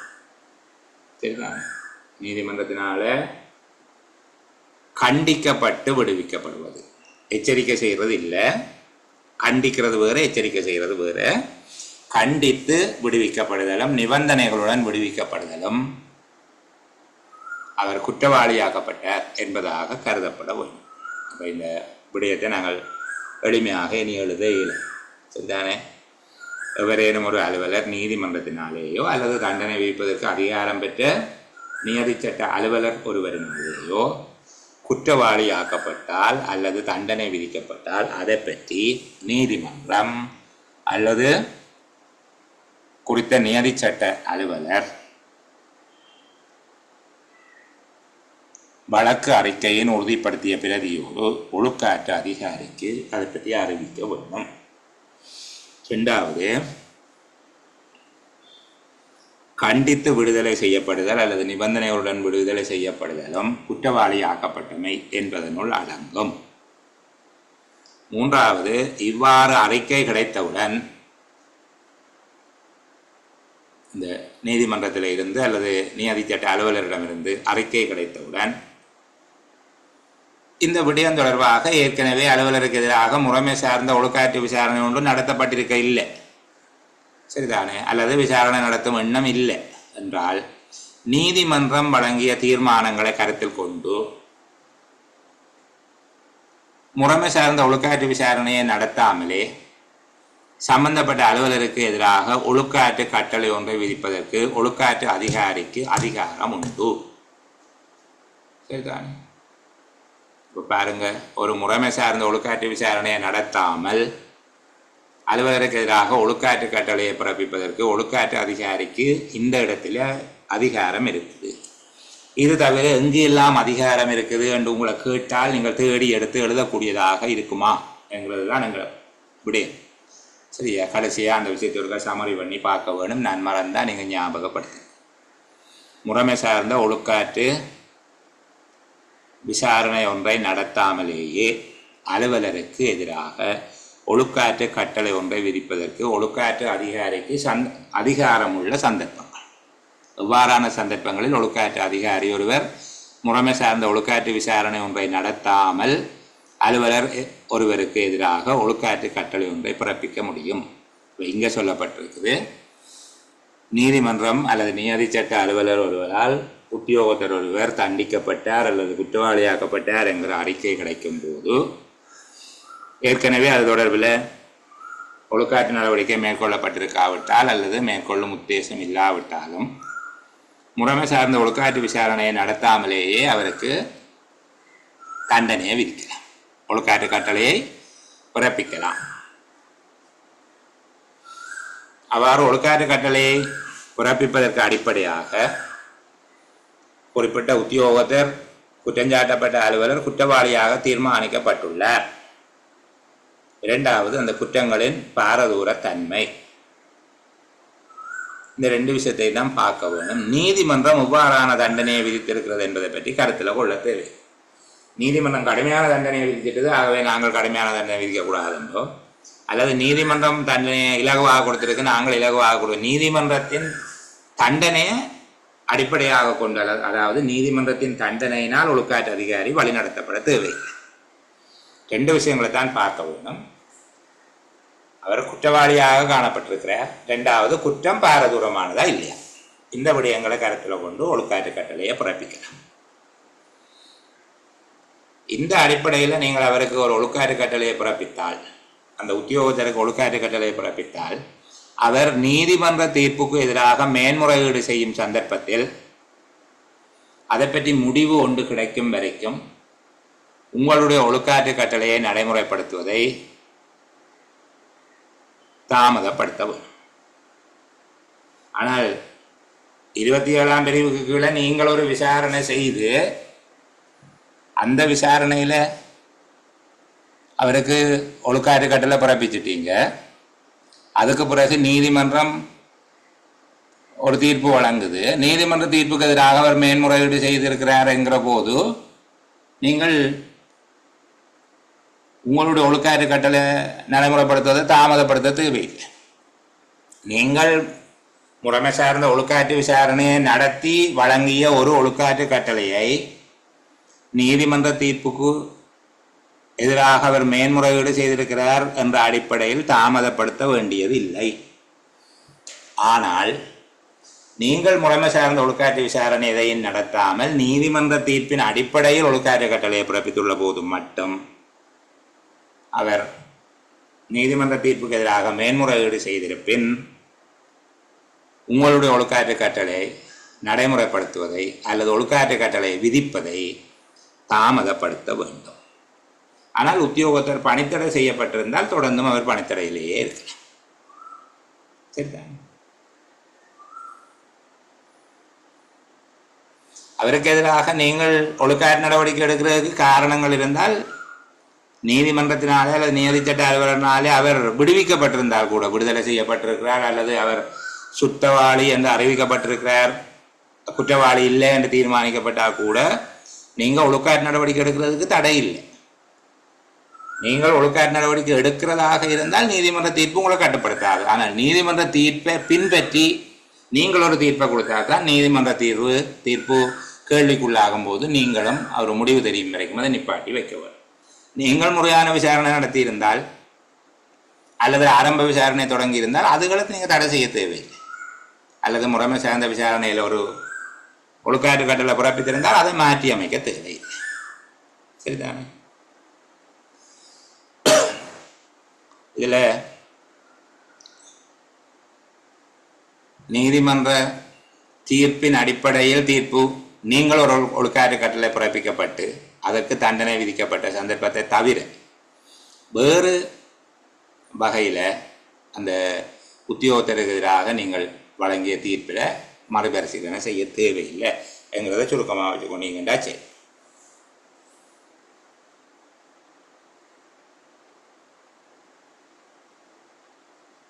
நீங்கள் ஒழுக்காற்று கட்டளையிலே அவருக்கு தண்டனை கொடுத்திருந்தால் அதே விஷயத்துக்கு நீதிமன்ற தீர்ப்பு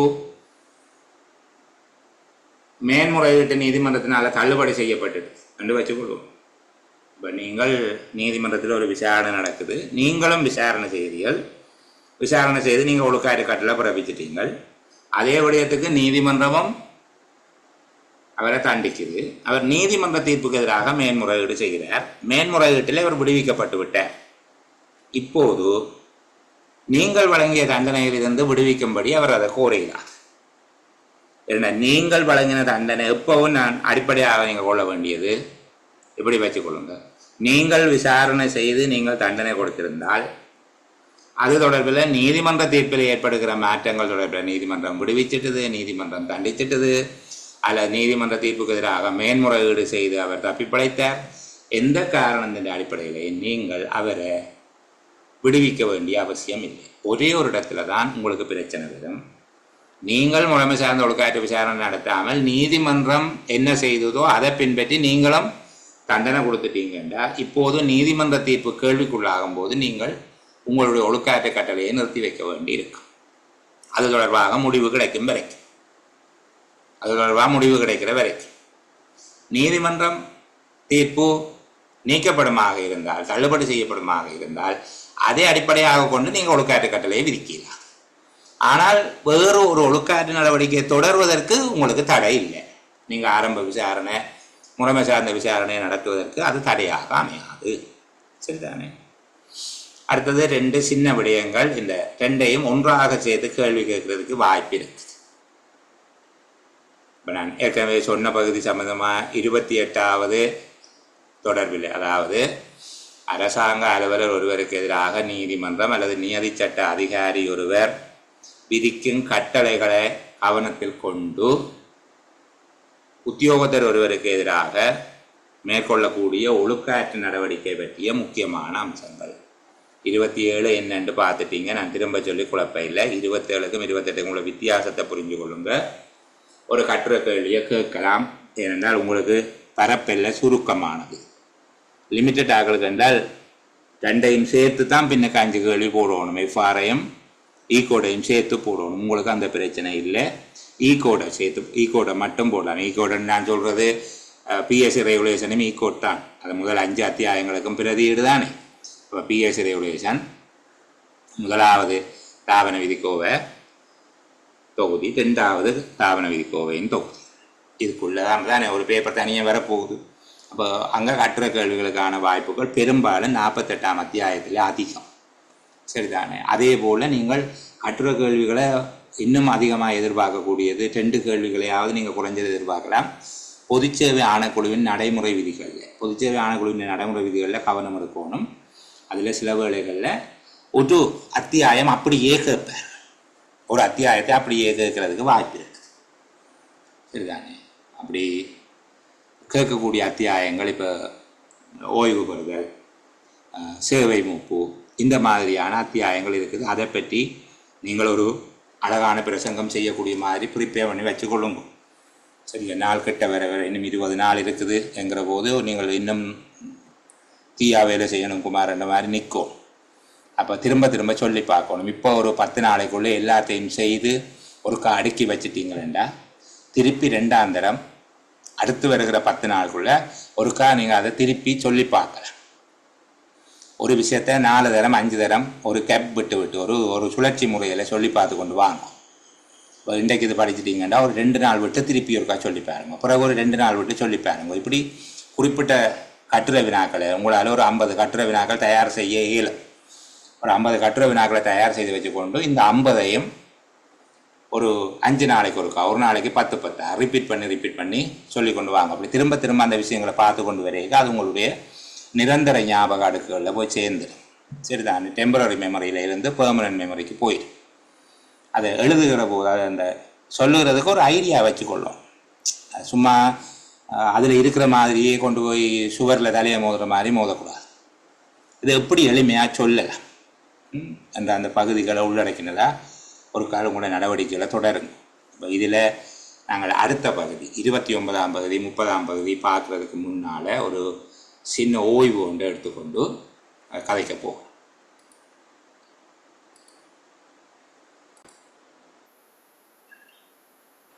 சரி, அப்போ நாங்கள் தொடர்ச்சியாக இந்த கணக்காய்வு அறிக்கையின் மூலமாக வெளிப்படுகின்ற தவறுகளின் மீது ஒழுக்காற்று நடவடிக்கை எடுக்கிறது என்கிற விடயம் தொடர்பான முக்கியமான அம்சங்கள் அதுக்குள்ளே 4 விடயம் இருக்குது. அதே போல் விசாரணை ஆணைக்குழுவினுடைய அறிக்கை ஒன்றின் மூலமாக வெளிவரும் விடயங்களின் மீதான ஒழுக்காற்று நடவடிக்கை எடுக்கிறது. அதில் ஒரு 3 விடயங்கள் இருக்குது.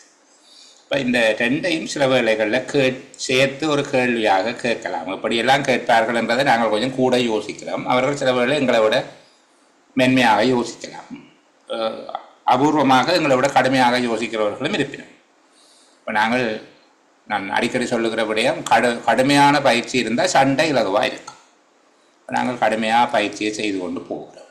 இதில் 4 விடயம் இருக்குது, அதில் 3 விடயம் இருக்குது, மொத்தம் 7 விடயம் இருக்குது. 7க்கும் சேர்த்து எங்களுக்கு 8 புள்ளியை தருவதற்கு அவர் விரும்புகிறார். மற்றது நிச்சயமாக நீங்கள் ஒரு விஷயம் ஞாபகம் வச்சுருங்க, மிகவும் பிரதானமான முகப்பு விடயங்களில் வருகிற கேள்விகளுக்கான வாய்ப்புகள் மிகவும் குறையும். அப்போ நாங்கள் வலிமையாக படிக்கிறேன்டா சின்ன வயதில் இருந்து 1ஆம் பாடம் 2ஆம் பாடம் 3ஆம் பாடம் திருப்பி படிப்பேன். 4ஆம் பாடம் படிக்கிறீங்க, அதுக்கு புத்தகமெல்லாம் குழம்பியிடம் திருப்பி எல்லாம் சுத்தம் செய்து திருப்பி அடுக்கி எல்லாம் ஒழுங்குபடுத்தி திருப்பி 1ஆம் பாடத்திலேருந்து படிக்கிறது. அதுபோல தான் இந்த பாடப்புத்தகங்கள், எங்களுடைய சிலபஸில் இருக்கிற பாடப்புத்தகங்களுடைய படிப்பும் அப்படித்தான் இருக்குது. சரி, அப்போ கொஞ்சம் பின்புறங்களில் கொஞ்சம் கூட கவனம் எடுங்கோ. முடிஞ்சால் பின் அத்தியாயங்கள்லேருந்து முன் அத்தியாயங்களை நோக்கி நகருங்கோ. 48வது அத்தியாயத்தை முடிச்சுட்டு தாபன விதி கோவிலின் 36ஆம் அத்தியாயம், 33ஆம் அத்தியாயம், 25ஆம் அத்தியாயம், இந்த மாதிரியாக அந்த இடங்களில் இப்போ சிலவற்றுக்குள்ளே கேள்வி வராது. அப்படி எங்களுக்கு கேள்வி போடிடாது. எங்களுக்குன்றது எஸ்எல்எஸ் மெரிட்டுக்கு கேள்வி போடிடாது. உதாரணத்துக்கு தொடர் இணைப்பு வழி, அதுக்குள்ளே பெரிய அளவுக்கு கேள்வி போடிடாது. அதுகளை கொஞ்சம் பெண்டிங்களை வச்சுக்கொள்வோம். சரிதானே, முழுவதும் படித்தா நல்லது தான், ஆனால் எங்களால் அது இயலாதல்லோ. அப்போ நாங்கள் அப்படியாக ஓரளவு அந்த ஒரு சாப்டரை தட்டி பார்க்க எங்களுக்கு தெரிய வேணும், இதுக்குள்ளே கேள்வி போடலாம். நீங்கள் இப்போ ஒரு பேப்பர் செட் பண்ணுற ஆள் மாதிரியான மைண்டில் இருந்தோண்டு பார்க்கணும். நான் கள்ளனை பிடிக்கிறேன்டா, நான் கள்ள புத்தி இருந்தால் தான் பிடிக்கிறேன். அது மாதிரி தான் நான் எக்ஸாம் எழுதுறேன்டா, எக்ஸாம் பேப்பர் செட் பண்ணுற புத்தி இருந்தால் தான் எழுதுகிற சுகம். இப்போ நீங்கள் பார்க்கணும், இதுக்குள்ளே 8 புள்ளிக்கு கேள்வி போடலாம் இருக்குது. தொடர்ச்சியாக 10 புள்ளிக்கு கேள்வி போடலாமா, ஒரு புள்ளியாக 10 கேள்வி அடிக்கலாமா தொடர்ந்து, அல்லது 5 கேள்வி போடலாமா 2 புள்ளிக்கு. இதுக்குள்ளே செட்டாக இருக்குதா, செட் ஆகுதா? அப்படி செட் ஆகிற இடங்களை முதல் படி. சரிதானே, உதிரியாக இங்கொன்றும் அங்கொன்றுமா பெரும்பாலும் கேள்வி போடுறது. ஒரு ஏரியாவை பிடிச்சி அப்படியே ஃபுல்லாக கிளியர் பண்ணி விடுறது கேள்வி அப்படி தான் பாடுது. சரி, ஒரு ஏரியாவை பிடிச்சிட்டாங்கன்னா அந்த என்ன சொல்கிற மேலதிக நேரம் கொடுப்பன வேண்டாம், மேலதிக நேரம் கொடுப்பனவுக்குள்ள அப்படியே 5 கேள்வியே போடலாமான்னு தான் பார்ப்பாங்க. 5 கேள்வின்னா 10 மார்க்ஸுக்கு, பிறகு 8 மார்க்ஸுக்கு 5 கேள்வி 40 அல்ல, அது தூரமாக தான் வரும். ஆனால் அது அப்படியே ஒரு தலைப்புக்குள்ள ஃபுல்லாக வரும். சரி, அதுக்கேற்ற மாதிரி பாருங்க. சரி, இப்போ நாங்கள் அந்த கணக்காய்வு அறிக்கை மூலமாக வெளிவரும் தவறுகளின் மீது ஒழுக்காற்று நடவடிக்கை எவ்வாறு மேற்கொள்ளப்படலாம். அப்போ முதலாவது, இது கட்டாயமாக நடவடிக்கை எடுக்கும். இதுதான் முதலாவது விஷயம்.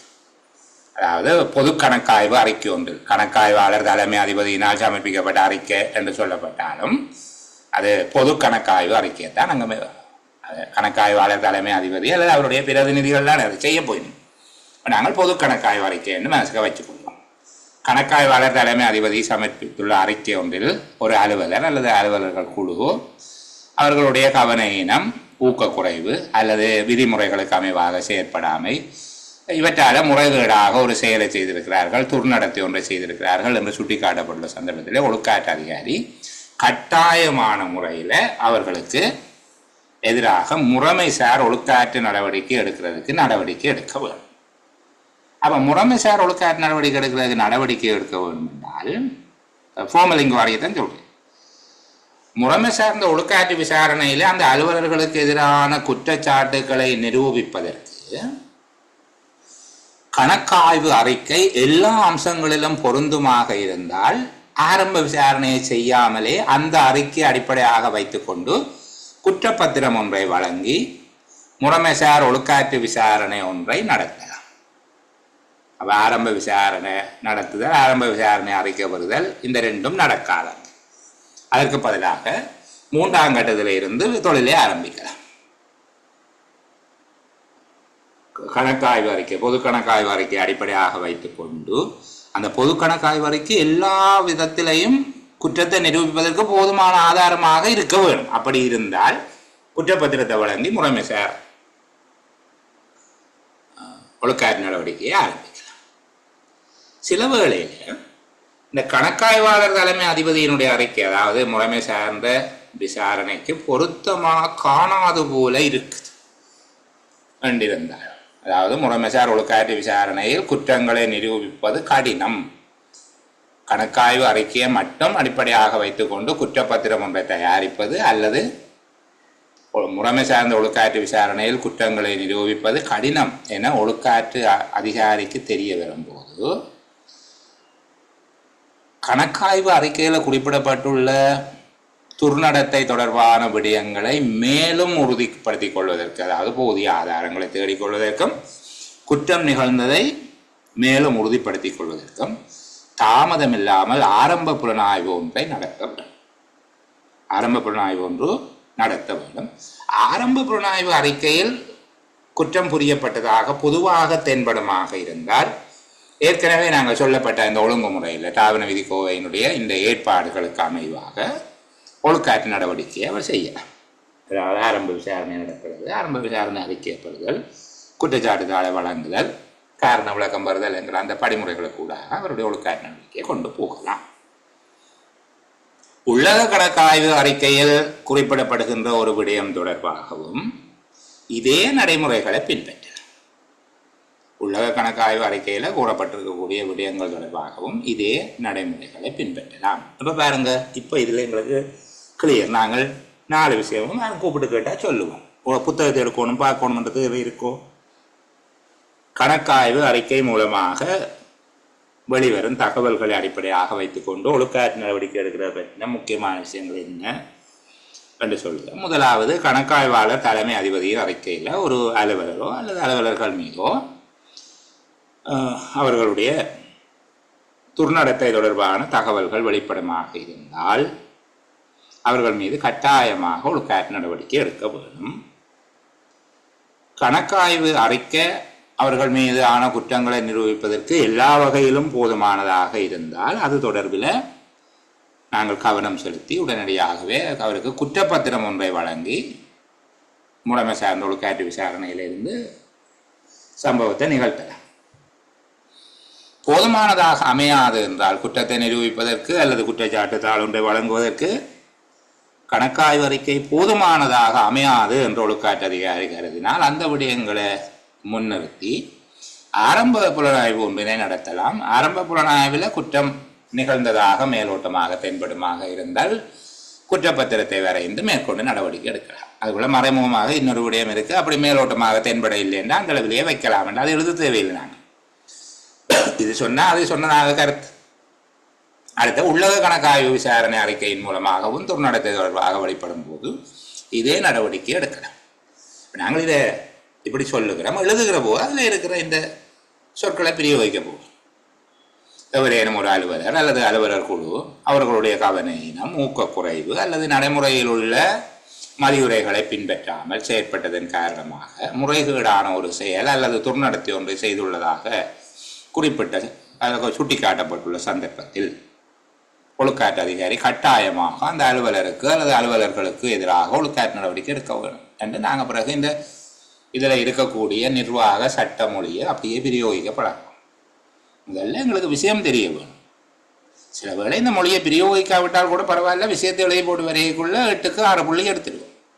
பிறகு சாப்பாட்டுக்கு முன்பின் பாடமாக்கி அதை சொல்லி பார்த்தோம், ஏதோ என்ன முதல் சொல்லுங்கோ கணக்காய்வாளர் தலைமை இனி சரி இனி வாகனம் ஓடும், தள்ளிவிட்டால் ஸ்டார்ட் ஆகினா ஓடும் என்று சொல்லி இருக்கக்கூடாது. எங்களுக்கு விடயம் தெரிஞ்சால் அதை எழுதக்கூடிய அளவுக்கு அந்த பகுதியை பார்த்து கொண்டு சரி. சரி, அடுத்த விசாரணை ஆணைக்குழு பற்றி என்ன சொல்லப்பட்டிருக்கு?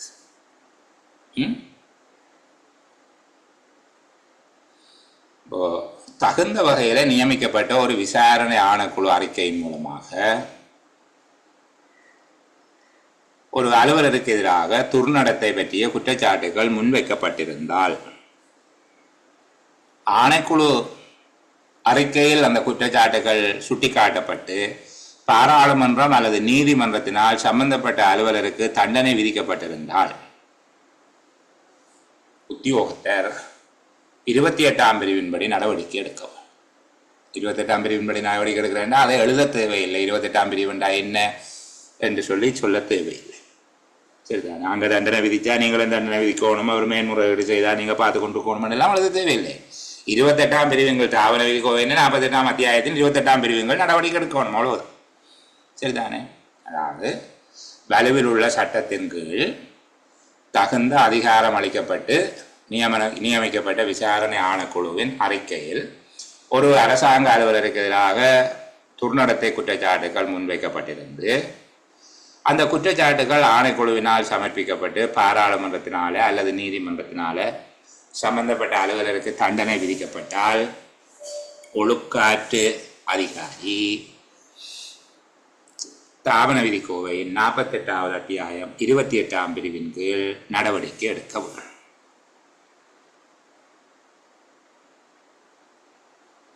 இரண்டாவது, விசாரணை ஆணைக்குழு அறிக்கையின் மூலமாக முன்வைக்கப்பட்டுள்ள குற்றச்சாட்டுகளை நிரூபிப்பதற்கு அந்த அறிக்கை போதுமானது என அந்த அறிக்கை போதுமானதாக அமையும் என தென்படுமாக இருந்தால் அந்த அறிக்கையின் பேரில் குற்றப்பத்திரம் ஒன்றை வழங்கி முறைமை சார்ந்த ஒழுக்காற்று விசாரணை ஒன்றை நடத்தி தகுந்த நடவடிக்கை எடுக்க வேண்டும் என்று சொல்லப்பட்டிருக்கு. மூன்றாவது, அதே மாதிரியே தான் சொல்ல போறீங்க. கணக்காய் வழக்கை சொன்ன மாதிரி குற்றங்களை நிரூபிப்பது அல்லது குற்றப்பத்திரம் ஒன்றை தயாரிப்பது விசாரணை ஆணைக்குழு அறிக்கையின் அடிப்படையில் கடினம் என தெரிய வருமாக இருந்தால் அதில் சொல்லப்பட்ட விடயங்கள் தொடர்பாக மேலும் உறுதிப்படுத்திக் கொள்வதற்கு தாமதமின்றி ஆரம்ப புலனாய்வு ஒன்றை நடத்தி ஆரம்ப புலனாய்வின் மூலம் துர்நடத்தை புரிந்ததாக மேலோட்டமாக தெரிய வருமாக இருந்தால் தாவன விதிக்கோவை ஏற்பாடுகளுக்கு அமைவாக குற்றஞ்சாட்டப்பட்ட அலுவலருக்கு எதிராக ஒழுக்காற்று நடவடிக்கை எடுக்க வேண்டும். இப்போ பாருங்கள், இதில் கஷ்டம் இருக்கா? 29ஐயும் 30ஐயும் மிக்ஸ் பண்ணி எழுதுறதுல ஏதாவது பிரச்சனை இருக்கா? 29ஐ எழுதிட்டு 30ஐயும் எழுதுகிறேன். மூன்றும் ஒரே ஸ்டெப் தான். ஆனால் அங்கே மேலதிகமாக ஒரு விடயம் சொல்லப்பட்டிருக்குது. உள்ளக கணக்காய்வு அறிக்கையும் இதே மாதிரியே தான் நீங்கள் டீல் பண்ணணும்ன்ற விஷயம் மட்டும் சொல்லப்பட்டிருக்கு. சரியா? அந்த படிக்கிற விஷயத்தை சமரைஸ் பண்ணி புரிஞ்சு கொண்டு வர வர வர நாங்கள் விடு எழுதுறதுக்கான எங்கள்கிட்ட இருக்கிற நம்பிக்கை கூடிக்கொண்டு வரும். ஒரு தன்னம்பிக்கையோடு வளரும். தன்னம்பிக்கை மட்டும் ஒரு மூடத்தனமான தன்னம்பிக்கை இல்லாமல் உண்மையில் தகுதியோடு கூடிய ஒரு தன்னம்பிக்கை ஒன்று வளரும். நீங்கள் மறக்காமல் திருப்பி ஒருக்கா பாருங்க. படிக்கிற விஷயத்தை தயவு செய்து பாருங்க. இன்றைக்கே பார்த்துட்டீங்கன்னா பிறகு 2 நாள் கழித்து பார்க்கலாம். அடுத்தது பாருங்க, இந்த பணித்தடை செய்தல் கட்டாய விடுமுறையிலே அனுப்புதல் என்று சொல்லி. சரிதானே? இப்போ எவ்வாறான சந்தர்ப்பங்களில் ஒரு உத்தியோகத்தர் பணித்தடை செய்யப்படுகிறார்? எவ்வாறான குற்றச்சாட்டுகள்? இப்போ நான் நினைக்கிறேன் நீங்கள் இதில் இருக்கிற இந்த 16 குற்றச்சாட்டுகளும் உங்களுக்கு ஞாபகமாக இருக்கும். என்ன அந்த விஷயத்தை நான் ஒருக்கா உங்களுக்கு சொல்ல மறந்து போகும். அந்த பகுதியை ஒருக்கா கதைச்சு கொண்டு போவோம். சாதாரணமாக அந்த பகுதியை கதைச்சிட்டு நான் இங்கே அளவேன். இப்போது ஒரு விடயத்தை அடிக்கடி நாங்கள் சொல்கிற நாங்கள் 2 வகையான அட்டவணைகள் இருக்கிறது, 7 வகையான குற்றங்கள் இருக்கிறது, 16 வகையான குற்றச்சாட்டுகள் இருக்கிறது. குற்றங்கள் வேறு, குற்றச்சாட்டுகள் வேறையா? 7 வகையான குற்றங்கள் இருக்கிறது, 16 வகையான குற்றச்சாட்டுகள் இருக்கிறது என்று சொல்லி கொண்டு வா. அதுக்கு அடிப்படையாக முதல்ல அரசாங்க அலுவலர்கள் புரியக்கூடிய குற்றங்கள் என்பதை பற்றி எங்களுக்கு ஒரு விளக்கம் இருக்க வேண்டும். அரசாங்க அலுவலர்கள் என்னென்ன விதமான குற்றங்களை புரியலாம் என்று சொல்லி அதனால் அரசு அலுவலர்களால் புரியப்படக்கூடிய குற்றங்கள் அல்லது அரசு அலுவலர்களுக்கு இடையில் நிகழும் குற்றங்கள் எவ்வாறு பகுப்பாய்வு செய்யப்படுகிறது, பகுப்பாய்வு செய்கிற கிளாசிஃபிகேஷன் எவ்வாறு அதை வகுப்பாக்கம் செய்திருக்கிறார்கள் என்று பார்க்க. மேலோட்டமாக இந்த பகுதியை புரிந்து கொள்வோம். இதுதானே, இது ஏன் புரிந்து கொள்ளுகிறோம் என்றால் பிறகு விளங்கும், அதை பிறகு புரிந்து கொள்வோம் ஏன் இந்த பகுதியை புரிந்து கொள்கிறோம் என்று சொல்லி. அப்போ அரசு அலுவலர்களால் புரியப்படக்கூடிய குற்றங்களை எவ்வாறு வரையறை செய்யக்கூடியதாக இருக்கிறது என்று சொல்லி கேட்டால், இதில் 6 விதமாக சொல்லப்பட்டாலும் உண்மையில் அது 7 விதமாக பேசப்படுது. நாங்கள் பார்ப்போம். வினைத்திறமையின்மை. இந்த வினைத்திறமையின்மை திறமையின்மை ரெண்டுக்கும் இடையில சின்ன வித்தியாசம் இருக்கு, சரிதானே? இப்போ வினைத்திறமையின்மை என்றது ஒரு தடவை நீங்கள் எதிர்பார்க்கிற அளவுக்கு, அதாவது அவர்கிட்ட இருந்து நீங்கள் குவான்டிட்டி குவாலிட்டி எதிர்பார்க்குற அளவுக்கு அவர்கிட்ட இருந்து வெளியீடு வர இல்லை, அவர்கிட்ட வேலை நடக்க இல்லை என்று சொல்லி சொன்னால் அது வினைத்திறமை இன்மை. அது இயலாமையால் மட்டும் நடக்கிறது இல்லை, அவருக்கு இயலுமாக இருந்து சில வேளை ஒரு கேம் விளையாடுற இன்ட்ரெஸ்ட்லையும் செய்யாமல் விடலாம். வினைத்திறமையின்மை என்கிறது இயலாமை மட்டும் அல்ல, அவருடைய உதாசீனம், கவனஈனம், வேண்டுமென்று கடமையை அலட்சியப்படுத்துவது அல்லது வேறு தவறுகள், சரிதானே, அல்லது அவருடைய திறமையின்மை போன்றவற்றாலே ஏற்படும் வினைத்திறமையின்மை என்பது. எளிமையாக நாங்கள் விளங்கப்படுத்தி வச்சுக்கொள்கிறோம். வினைத்திறமையின்மைங்கிறது அவர்கிட்ட இருந்து கிடைக்க வேண்டிய வெளியீடுகள் உரிய தரத்திலும் உரிய அளவிலும் இல்லை, சரியா? 2வது திறமையின்மை, அது பாவம் இயலாது. திறமையின்மைன்னா இயலாது. இப்போ ஒருத்தட்ட சேவை, அவர்கிட்ட சீனியாரிட்டி, அவர்கிட்ட வயது, அனுபவம், இதுகளை வச்சு கொண்டு பார்க்கல அவர்கிட்ட இருக்க வேண்டியதெல்லாம் இல்லை, சரிதானே? ஒரு சூப்பரா கிரேட்ல ஒரு ஏஓ இருக்கிறார் என்றால் அவருக்கு தாபன விதி கோவையில் 2 தொகுதி இருக்கிறது தெரியத்தானே வேணும். அது தெரியாமல் இருந்தா அது திறமையின்மை, வினத்திறமையின்மை அல்ல. இந்த திறமையின்மையால வினத்திறமையின்மை ஏற்படும், சரிதானே? இந்த மாதிரியான நான் வெளியாக்களை சொல்ல உங்களோட சேர்ந்து கிண்டல் அடித்ததா எனக்கு பழி வரும். உங்களை சொன்னால் நீங்கள் கோவிக்க மாட்டீங்க, ஏன்னா ஒரு இப்போ உங்களை எல்லாருக்கும் தெரியுமன்றபடியாக பிரச்சனை. ஒரு முகாமைத்துவ உத்தியோகத்தருக்கு தாபன விதி கோவை, நிதி ஒழுங்கு விதி, பொதுச்சேவை ஆணைக்குழுவின் நடைமுறை விதி போன்றவை இருக்குது. இவைதான் எங்களுடைய மதியுரை ஆவணங்கள் என்பது தெரியாமல் இருக்குமாக இருந்தால் அது திறமையின்மை, பாவம். அது இலங்கை நிர்வாக சேவையில் அது இருக்குது. நான் அவங்கள இதுக்குள்ளே எடுக்கல, சரிதானே? அப்புறம் கோவிப்பாங்க. உதாரணமாக கடை பேர் ஈகோட்டில் இருக்கு நேயோ என்று கேட்டுட்டு சைன் பண்ணுறாங்க, எடுக்கிறாங்க. நீங்கள் ஓமெண்டு தலையாடினீங்கன்னா சரி. அந்த திறமையின்மை என்கிறது அவற்றை சேவை, அவற்றை ஸ்டேட்டஸ், நிலை, அவருடைய சீனியாரிட்டி, அவருக்கு கொடுத்துருக்கிற பொறுப்புகள், அவற்றை வயது, அனுபவம், அவர் பதவிக்கு ஆட்சேர்ப்பு செய்கிற போது அவருக்கு விதிக்கப்பட்ட தகமைகள், இதுகள் எல்லாத்தையும் கொண்டு பார்க்குற போது பாவம் அவரில் இருக்க வேண்டிய உள ரீதியான தகமைகள் ஒன்றும் இல்லாமல் இருந்தால் அது திறமையின்மை. 3வது கவன ஈனம் என்று சொல்லப்படுது. கவன ஈனம் என்றது செய்ய வேண்டியது செய்யாமல் படுத்திருக்கிறது, தன்னுடைய பணியாற்ற தொகுதியை உரிய வகையில் கண்காணிக்காமல் இருக்கிறது, அரசாங்கத்துக்கு செலவு சிக்கனம் ஏற்படும் வகையில் கடமைகளை ஆற்ற தவறுவது, இதெல்லாம் கவன ஈனம் என்று வச்சுக்கொள்ளும். 4வது நேர்மை இல்லாமல். நேர்மை இல்லாமன்றது லாபம் கிடைக்கிறதுக்காக என்னவும் செய்யலாம், சரிதானே? பொய், களவு, வஞ்சனை, கள்ள கையொப்பமிடுகிறது, பொய்யான ஆவணங்களை புனைகிறது, ஏதாவது எழுத வேண்டியது எழுதாமல் விடுகிறது, எழுதக்கூடாதது எழுதுறது, பகுதியாக முழுதாக மூடி மறைக்கிறது, லஞ்சம் வாங்குறது, லஞ்சம் கொடுக்கறது, சொந்தக்காரருக்கு ஏதாவது வாங்கி கொடுக்குறது, இந்த மாதிரியாக நேர்மை இல்லாமல். முறையற்ற நடத்தைன்றது இப்போ உரிய நேரத்துக்கு வாரையில், அலுவலகத்தில் தரிச்சிருக்கிறீங்கள, ஆக்களோட கதைக்க பேச தெரியாது, சரிதானே? மற்றது பகிரங்கமாக கதைக்கக்கூடாதுன்ற விஷயங்களில் பகிரங்கமாக கதைக்கிறது, இப்படியான விடயங்கள் எல்லாத்தையும் நீங்கள் அரசாங்கத்துக்கு எதிராக கலகம் செய்கிறது, அரசாங்கத்தை விமர்சிக்கிறது, அரசாங்க சேவையையும் தான் வகிக்கும் பதவியையும் அவமானத்துக்கு உள்ளாகக்கூடிய கர்மங்களில் ஈடுபடுகிறது, இதுகள் முறையற்ற நடத்தைக்குள்ள வரம் என்று சொல்கிறாங்க. ஆனால் வரவு மற்றது கட்டளை கீழ்ப்படுதல் போன்றதை ஒழுக்கத்துக்குள்ளே கொண்டே போடுறாங்க. இதுக்கு நாங்கள் வரவை விடுவோம், சரிதானே? இப்போ ஒழுக்கக்கேடு, நேர காலத்துக்கு வராமல் இருக்கிறது, இப்படியான நடவடிக்கைகளை நீங்கள் ஒழுக்கக்கேடு என்றதில் சொல்லலாம்.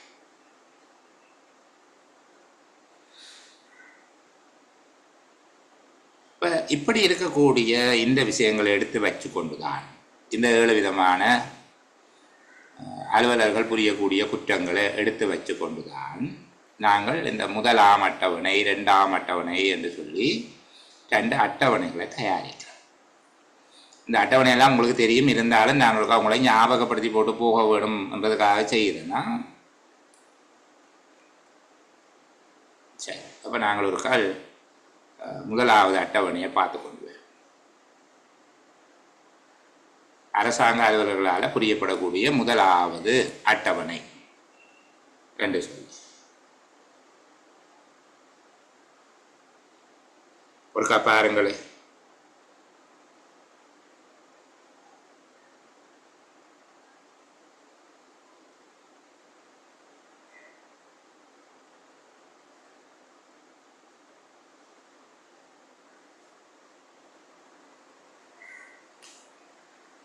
அப்போ 1ஆவது அரசியலமைப்புக்கு கீழ்ப்படியாமை. அரசியலமைப்பில் சில ஏற்பாடுகள் சொல்லப்பட்டிருக்கும்.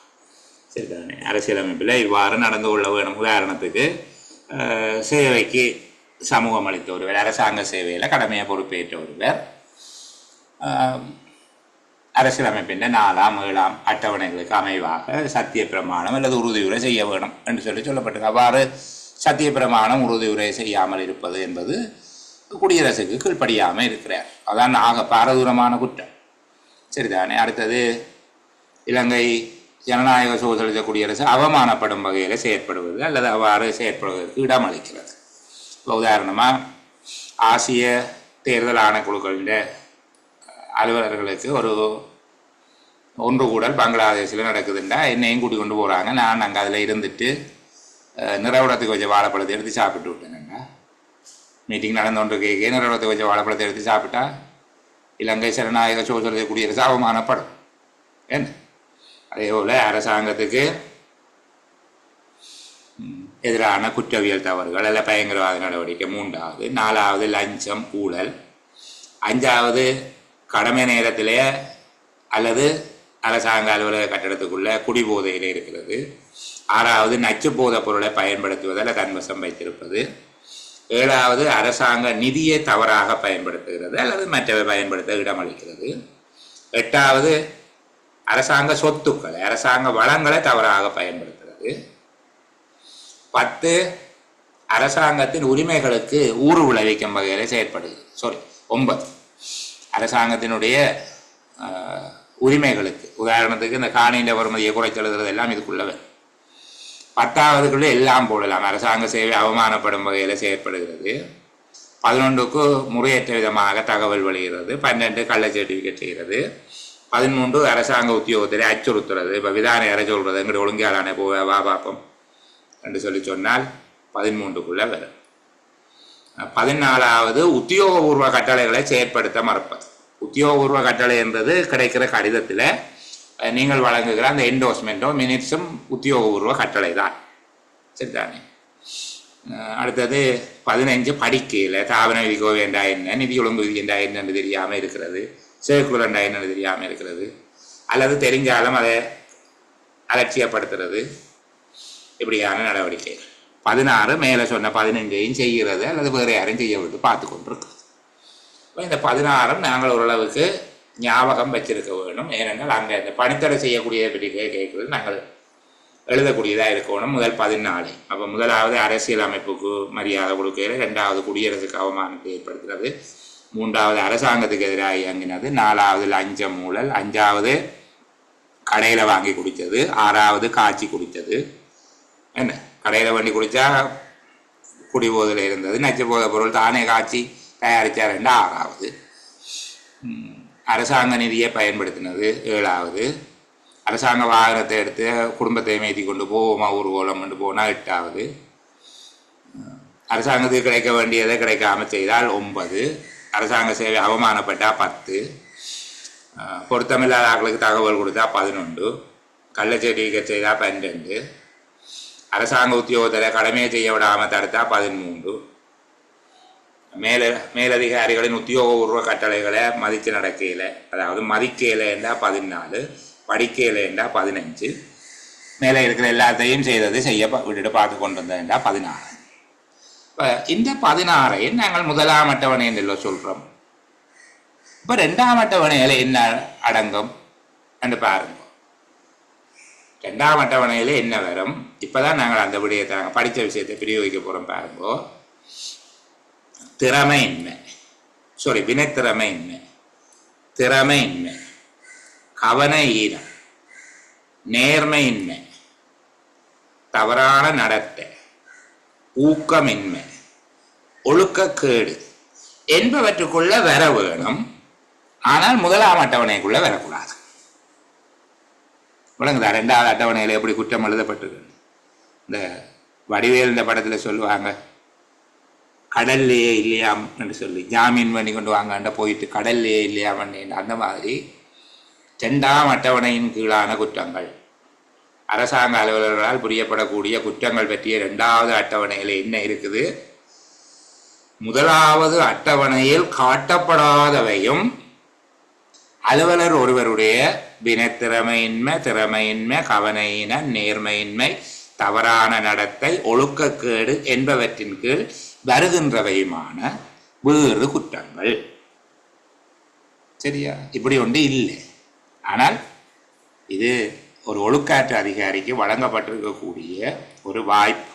கடந்த காலத்தில் உத்தியோகத்தர் ஆற்றிய சேவை, அவர் தவறு புரிந்த சூழ்நிலை என்பவற்றை கருத்தில் கொண்டு அது ஒரு கிட்டத்தட்ட ஒரு பாவ மன்னிப்பு கொடுக்கறதுக்கான அதிகாரம் இந்த 2ஆவது அட்டவணையில் இருக்குது. இப்போதான் எங்களுக்கு 2ஆவது அட்டவணை விளங்கும். அதுக்காக நான் அந்த முதல் வினத்திறமையின்மை, திறமையின்மை, கவனையினம், நேர்மையின்மை, தவறான நடத்தை, ஊக்கமின்மை, ஒழுக்கக்கேடு என்பவை தொடர்பாக கதைச்சினாங்க. அப்போ அப்படியே இருக்குது. அதுக்குள்ளே அடங்குகிற குற்றங்கள், சரிதானே? அதுக்குள்ளே அடங்குகிற குற்றச்சாட்டுகள் 16 நாங்கள் கொண்டு போய் முதலாம் அட்டவணைக்கு போட்டு வச்சிருக்கிறோம். எந்த குற்றச்சாட்டையும் கொண்டு போய் தாராளமாக போடலாம். எதுக்குள்ளே போடலாம்? 10, 15, 16 போட்டுடலாம். சரிதானே? 10 அரசாங்க சேவைக்கு அவமானத்தை ஏற்படுத்தினது, 15 படிக்கையில், 16 மேலே உள்ள 2ஐயும் செய்தது அல்லது செய்ய விட்டுட்டு பார்த்து கொண்டு இருந்தது.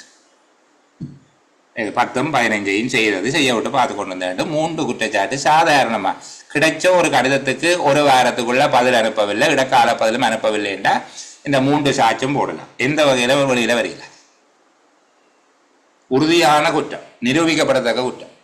அடிக்கடி எனக்கு வேற அமல் சொல்லுவார், நீங்கள் ஆளை காட்டுங்கோ நான் சாட்சிட்டு எழுதித்தரேன், சம்மந்தப்பட்ட ஆளை காட்டுங்கோ நான் சாட்சிட்டு எழுதித்தரேன். ஒரு ஒழுக்காற்று அதிகாரி விடயம் தெரிந்தவராக இருந்தால் படுபயங்கரம், ஆபத்து. சரிதாங்க? நல்ல விட எங்களுக்கு கிடைச்ச ஒழுக்காற்று அதிகாரிகள் கருணை உள்ளம் கொண்டவர்களாகவும் கற்பதில் ஆர்வம் குறைந்தவர்களாகவும் இருக்கிறதால நாங்கள் தப்பி பிழைச்சி வாழ்கிறோம். அப்போது அதுக்குள்ளேயே எல்லாத்தையும் போட்டுடலாம். 10க்குள்ளேயும் 16க்குள்ளேயும் போட முடியாத குற்றம் என்று சொல்லி எதுவும் இல்லை. ஆனால் பாவ மன்னிப்பு வழங்குவதற்கான ஒரு வாய்ப்பாக 2ஆம் அட்டவணை இருக்குது.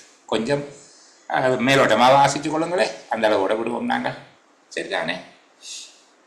சரி, இப்போ பணித்தடை செய்தல் மற்றும் கட்டாய விடுமுறையில் அனுப்புதல் தொடர்பாக நாங்கள் மேலோட்டமாக ஒருக்கா பார்த்து கொண்டு நகருவோம். இப்போ முதல்ல பாருங்க, அரசு அலுவலர் ஒருவர் இந்த கீழே சொல்லப்படுகிற துர்நடத்தைகளில் ஒன்று அல்லது பலவற்றை அல்லது எல்லாவற்றையும் செய்துள்ளார் என மேலோட்டமாக தென்படுமாக இருந்தால், இந்த மேலோட்டமாக எப்போ தென்படும்? ஆரம்ப விசாரணை முடிஞ்சால்தான் தென்படும்.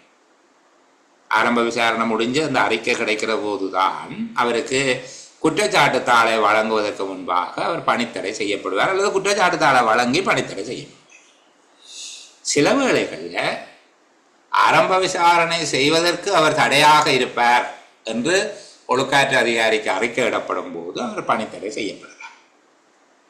ஆரம்ப விசாரணைக்கு தடையாக அமைவார் என்கிற போது பெரும்பாலும் இடமாற்றம் தான் செய்கிறது. பெரும்பாலும் இடமாற்றம் செய்வார்கள்.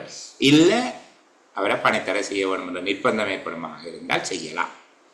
சரி, அப்போ இதில் ஒரு உத்தியோகத்தை உடனடியாக செயற்படும் வண்ணமாக கீழ்வரும் சந்தர்ப்பங்களில் பணித்தடை செய்யப்படுவார். இதில் திணைக்கள தலைவர் ஒழுக்காற்று அதிகாரத்துவம் வகிக்காத அமைச்சு செயலாளர் அல்லது திணைக்கள தலைவருக்கும் பணித்தடை செய்யும் அதிகாரம் உண்டு. எப்போது இதில் சொல்லப்பட்டிருக்கக்கூடிய நாங்கள் ஏற்கனவே கதைச்ச முதல் 14 குற்றங்கள், சரிதானே?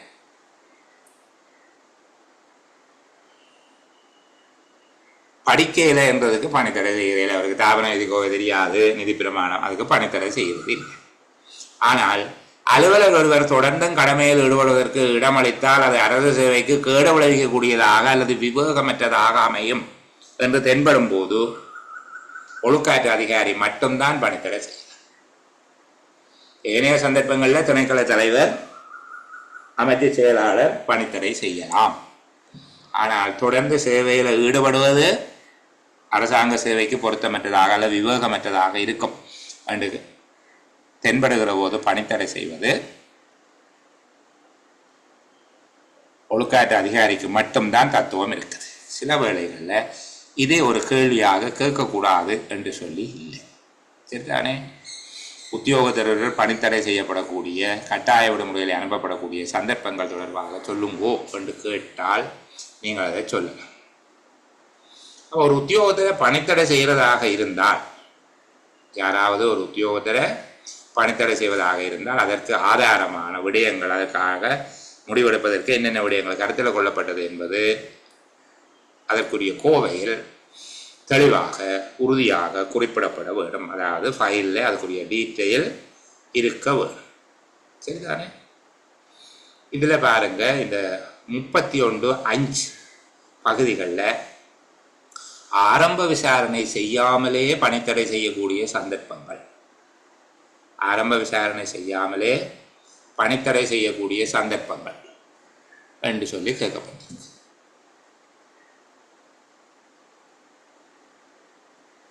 ஒரு அலுவலர் தொடர்ந்தும் சேவையில் இருந்தால் அவருக்கு எதிராக ஆரம்ப விசாரணை நடத்துவதற்கு அது தடையாகும் என சம்பந்தப்பட்ட தவறு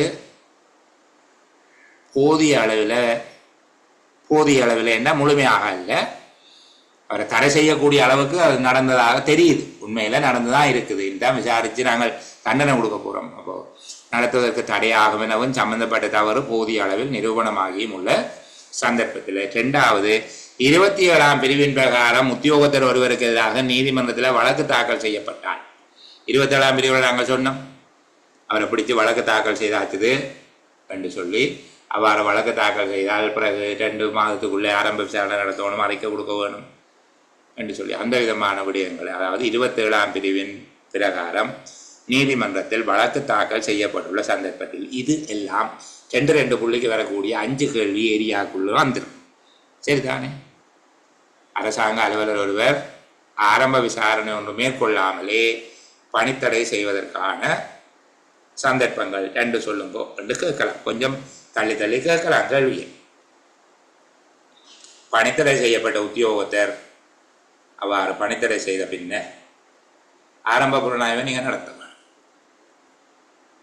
ஆரம்ப புலனாய்வை நடத்தி அவருக்கு அறிக்கை கொடுக்க வேண்டும். அடுத்தது பணித்தடை செய்யப்பட்ட காலப்பகுதியில் அவருக்குரிய சம்பளம் வழங்குவது தொடர்பாக 2 சந்தர்ப்பங்களில் கொடுக்கக்கூடாது. இந்த 31(11)(1)(2), அதாவது அரசுக்கு எதிரான குற்றம், லஞ்சம், ஊழல், மோசடி போன்ற காரணங்களால நீதிமன்றத்தில் வழக்கு தாக்கல் செய்யப்பட்டுள்ள சந்தர்ப்பத்திலையும், 2வது பாரதூரமானதாக கருதக்கூடிய நிதி சொத்துக்கள், அரசாங்கத்தின் நிதி மோசடி தொடர்பான குற்றங்கள், அரசாங்கத்தினுடைய நிதி அல்லது அரசாங்கத்தினுடைய சொத்துக்கள் தொடர்பான மோசடி பற்றிய குற்றங்கள் சுமத்தப்பட்டிருக்கிற போது, இங்கே பாருங்க, இதுக்குள்ள ஒரு காட்சி தென்பட வேணும் உங்களுக்கு. எப்படியெல்லாம் கேள்வி கேட்க போறாரு. 31(5)க்குள்ள 2 புள்ளிக்கு கேள்வி இருக்குது, அதுக்கு பிறகு 31(11)க்குள்ள 2 புள்ளிக்கு கேள்வி இருக்குது, சரிதான்?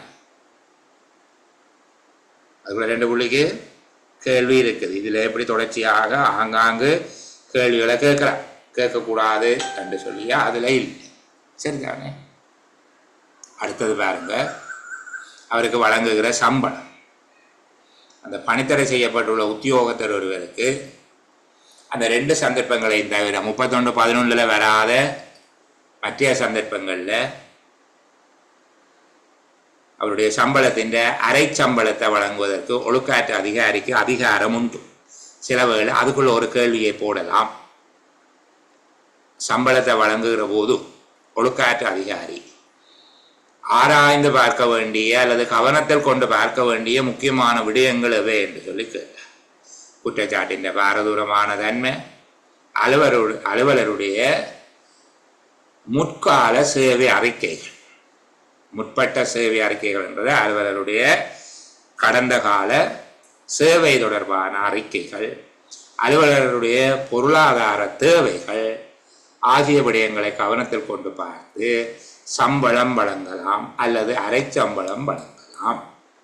சரிதானே? பணித்தடை செய்யப்பட்ட அலுவலர் ஒருவருக்கு வழங்கப்படுகிற சம்பளம், பணித்தடை செய்யப்படுகிற உத்தியோகத்தர் ஒருவருக்கு வழங்கப்படுகின்ற சம்பளம் ஒழுக்காற்று அதிகாரியினால் எந்த சந்தர்ப்பத்தில் நிறுத்தப்படும்?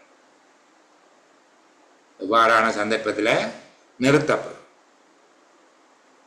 சம்பளம் பெற்றுக் கொண்டிருக்கும் போது, பணித்தடை செய்யப்பட்ட அலுவலர் ஒருவர் சம்பளம் பெற்றுக் கொண்டிருக்கும் போது, அதாவது அரை சம்பளம் பெற்றுக்கொண்டிருக்கும் போது அவர் வேண்டுமென்று அல்லது கவனயீனமாக அவருக்கு எதிராக சுமத்தப்பட்டுள்ள குற்றச்சாட்டுகள் தொடர்பாக நடத்தப்படுகின்ற முறைமைசார் ஒழுக்காற்று நடவடிக்கைக்கு தடை ஏற்படும் வகையில் அல்லது அதனை தாமதப்படுத்தும் வகையில் குறுக்கிடுவதாக தெரிய வரும் போது அவருக்கு வழங்கப்படுகிற அரை சம்பளத்தை நிறுத்திவிடும் அதிகாரம் ஒழுக்காற்று அதிகாரிக்கு உண்டு.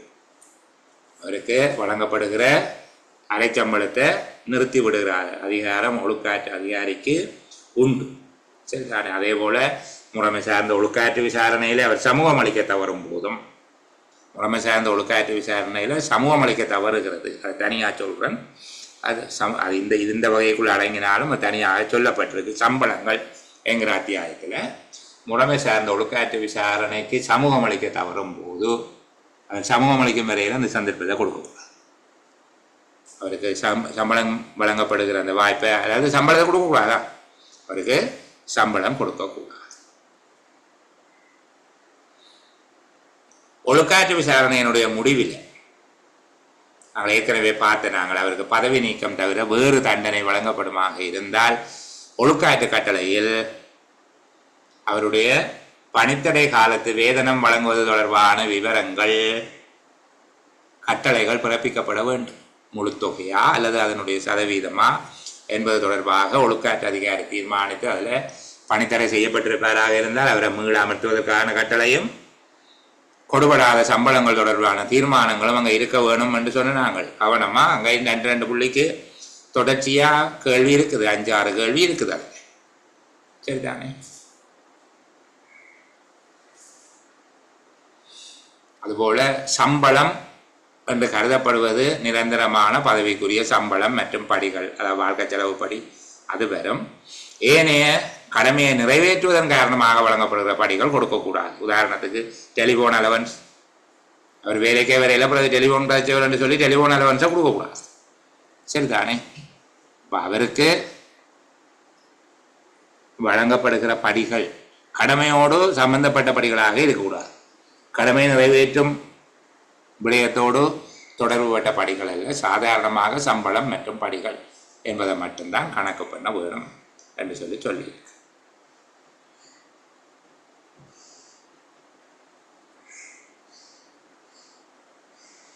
அடுத்தது, உத்தியோகத்தர் பணித்தடை செய்வதற்கு போதுமான ஆதாரங்களை கொண்டிருக்கவில்லை. உத்தியோகத்தரை பணித்தடை செய்வதற்கு போதிய அளவில் ஆரம்ப விசாரணைகள் அல்லது பூர்வாங்க விசாரணை ஆதாரப்படுத்தாத சந்தர்ப்பத்திலும்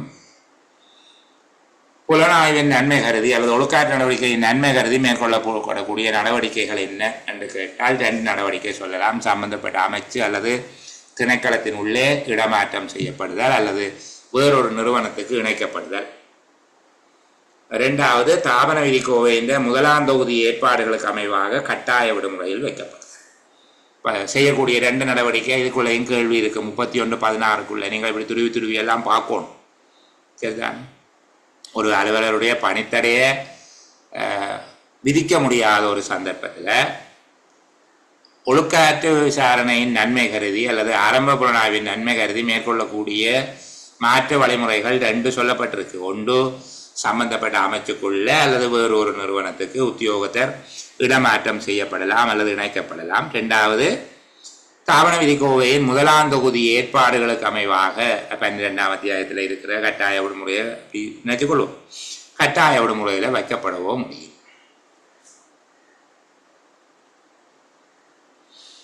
அப்போது பணித்தடை செய்வதற்கு முன்பாக கவனம் செலுத்த வேணுமா? ஏனென்றால் அவர் குற்றவாளி இல்லை என்று முடிவு செய்யப்பட்டால், அவர் மீண்டும் பணிக்கு அமர்த்தப்பட்டால் கட்டாயமாக அவருக்கு எல்லா சம்பளத்தையும் கொடுக்க வேணும். அப்போ கண்டபடி உடனடியாக இன்ட்ரடிக்ட் பண்ணுறோம் என்று சொல்லி வலிக்கிடக்கூடாது என்று சொல்லப்பட்டிருக்கு. மற்றது இதில் இருக்கிறது ஒரு நடைமுறை சார்ந்த விடயம் அல்ல என்கிற அடிப்படையில் நாங்கள் இந்த பகுதியை கையை விடுகிறோம். மிக முக்கியத்துவம் வாய்ந்தவை அல்ல என்கிற அடிப்படையில் அந்த பகுதியை கையை விட்டு கொண்டு போகிறோம். அதுக்காக நீங்கள் வாசிக்கக்கூடாது என்பது என்னுடைய நோக்கம் அல்ல. ஓரளவு சொல்லக்கூடிய முக்கியமான விடயங்கள் எல்லாத்தையும் நான் உங்களோட பகிர்ந்து கொண்டேன். சரிதானே? இந்த விடயம் தொடர்பில் உங்களுக்கு ஏற்படக்கூடிய ஏதேனும் நாங்கள் இப்படித்தான் விளங்கி வச்சிருக்கிறோம், இது தானா சரி அல்லது நீங்கள் விளங்கி வச்சிருக்க சரியா என்று சொல்லி செவ்வாய் பார்க்கிறதுக்கு ஏதேனும் தேவைப்பாடுகள் இருந்தால் நீங்கள் உங்களுடைய கேள்விகளை குரல் ஒலிப்பதிவாக பதிவு செய்து எல்லா வேலைகளிலையும் உங்களுடைய தொலைபேசிக்கு பதிலளிக்கக்கூடியதாக நான் இருக்க மாட்டேன். பதிலளிக்க இல்லைன்னா தயவு செய்து யாராவது உங்களை புறக்கணித்து விட்டதாக கருதி மனக்குறை கொள்ளக்கூடாது.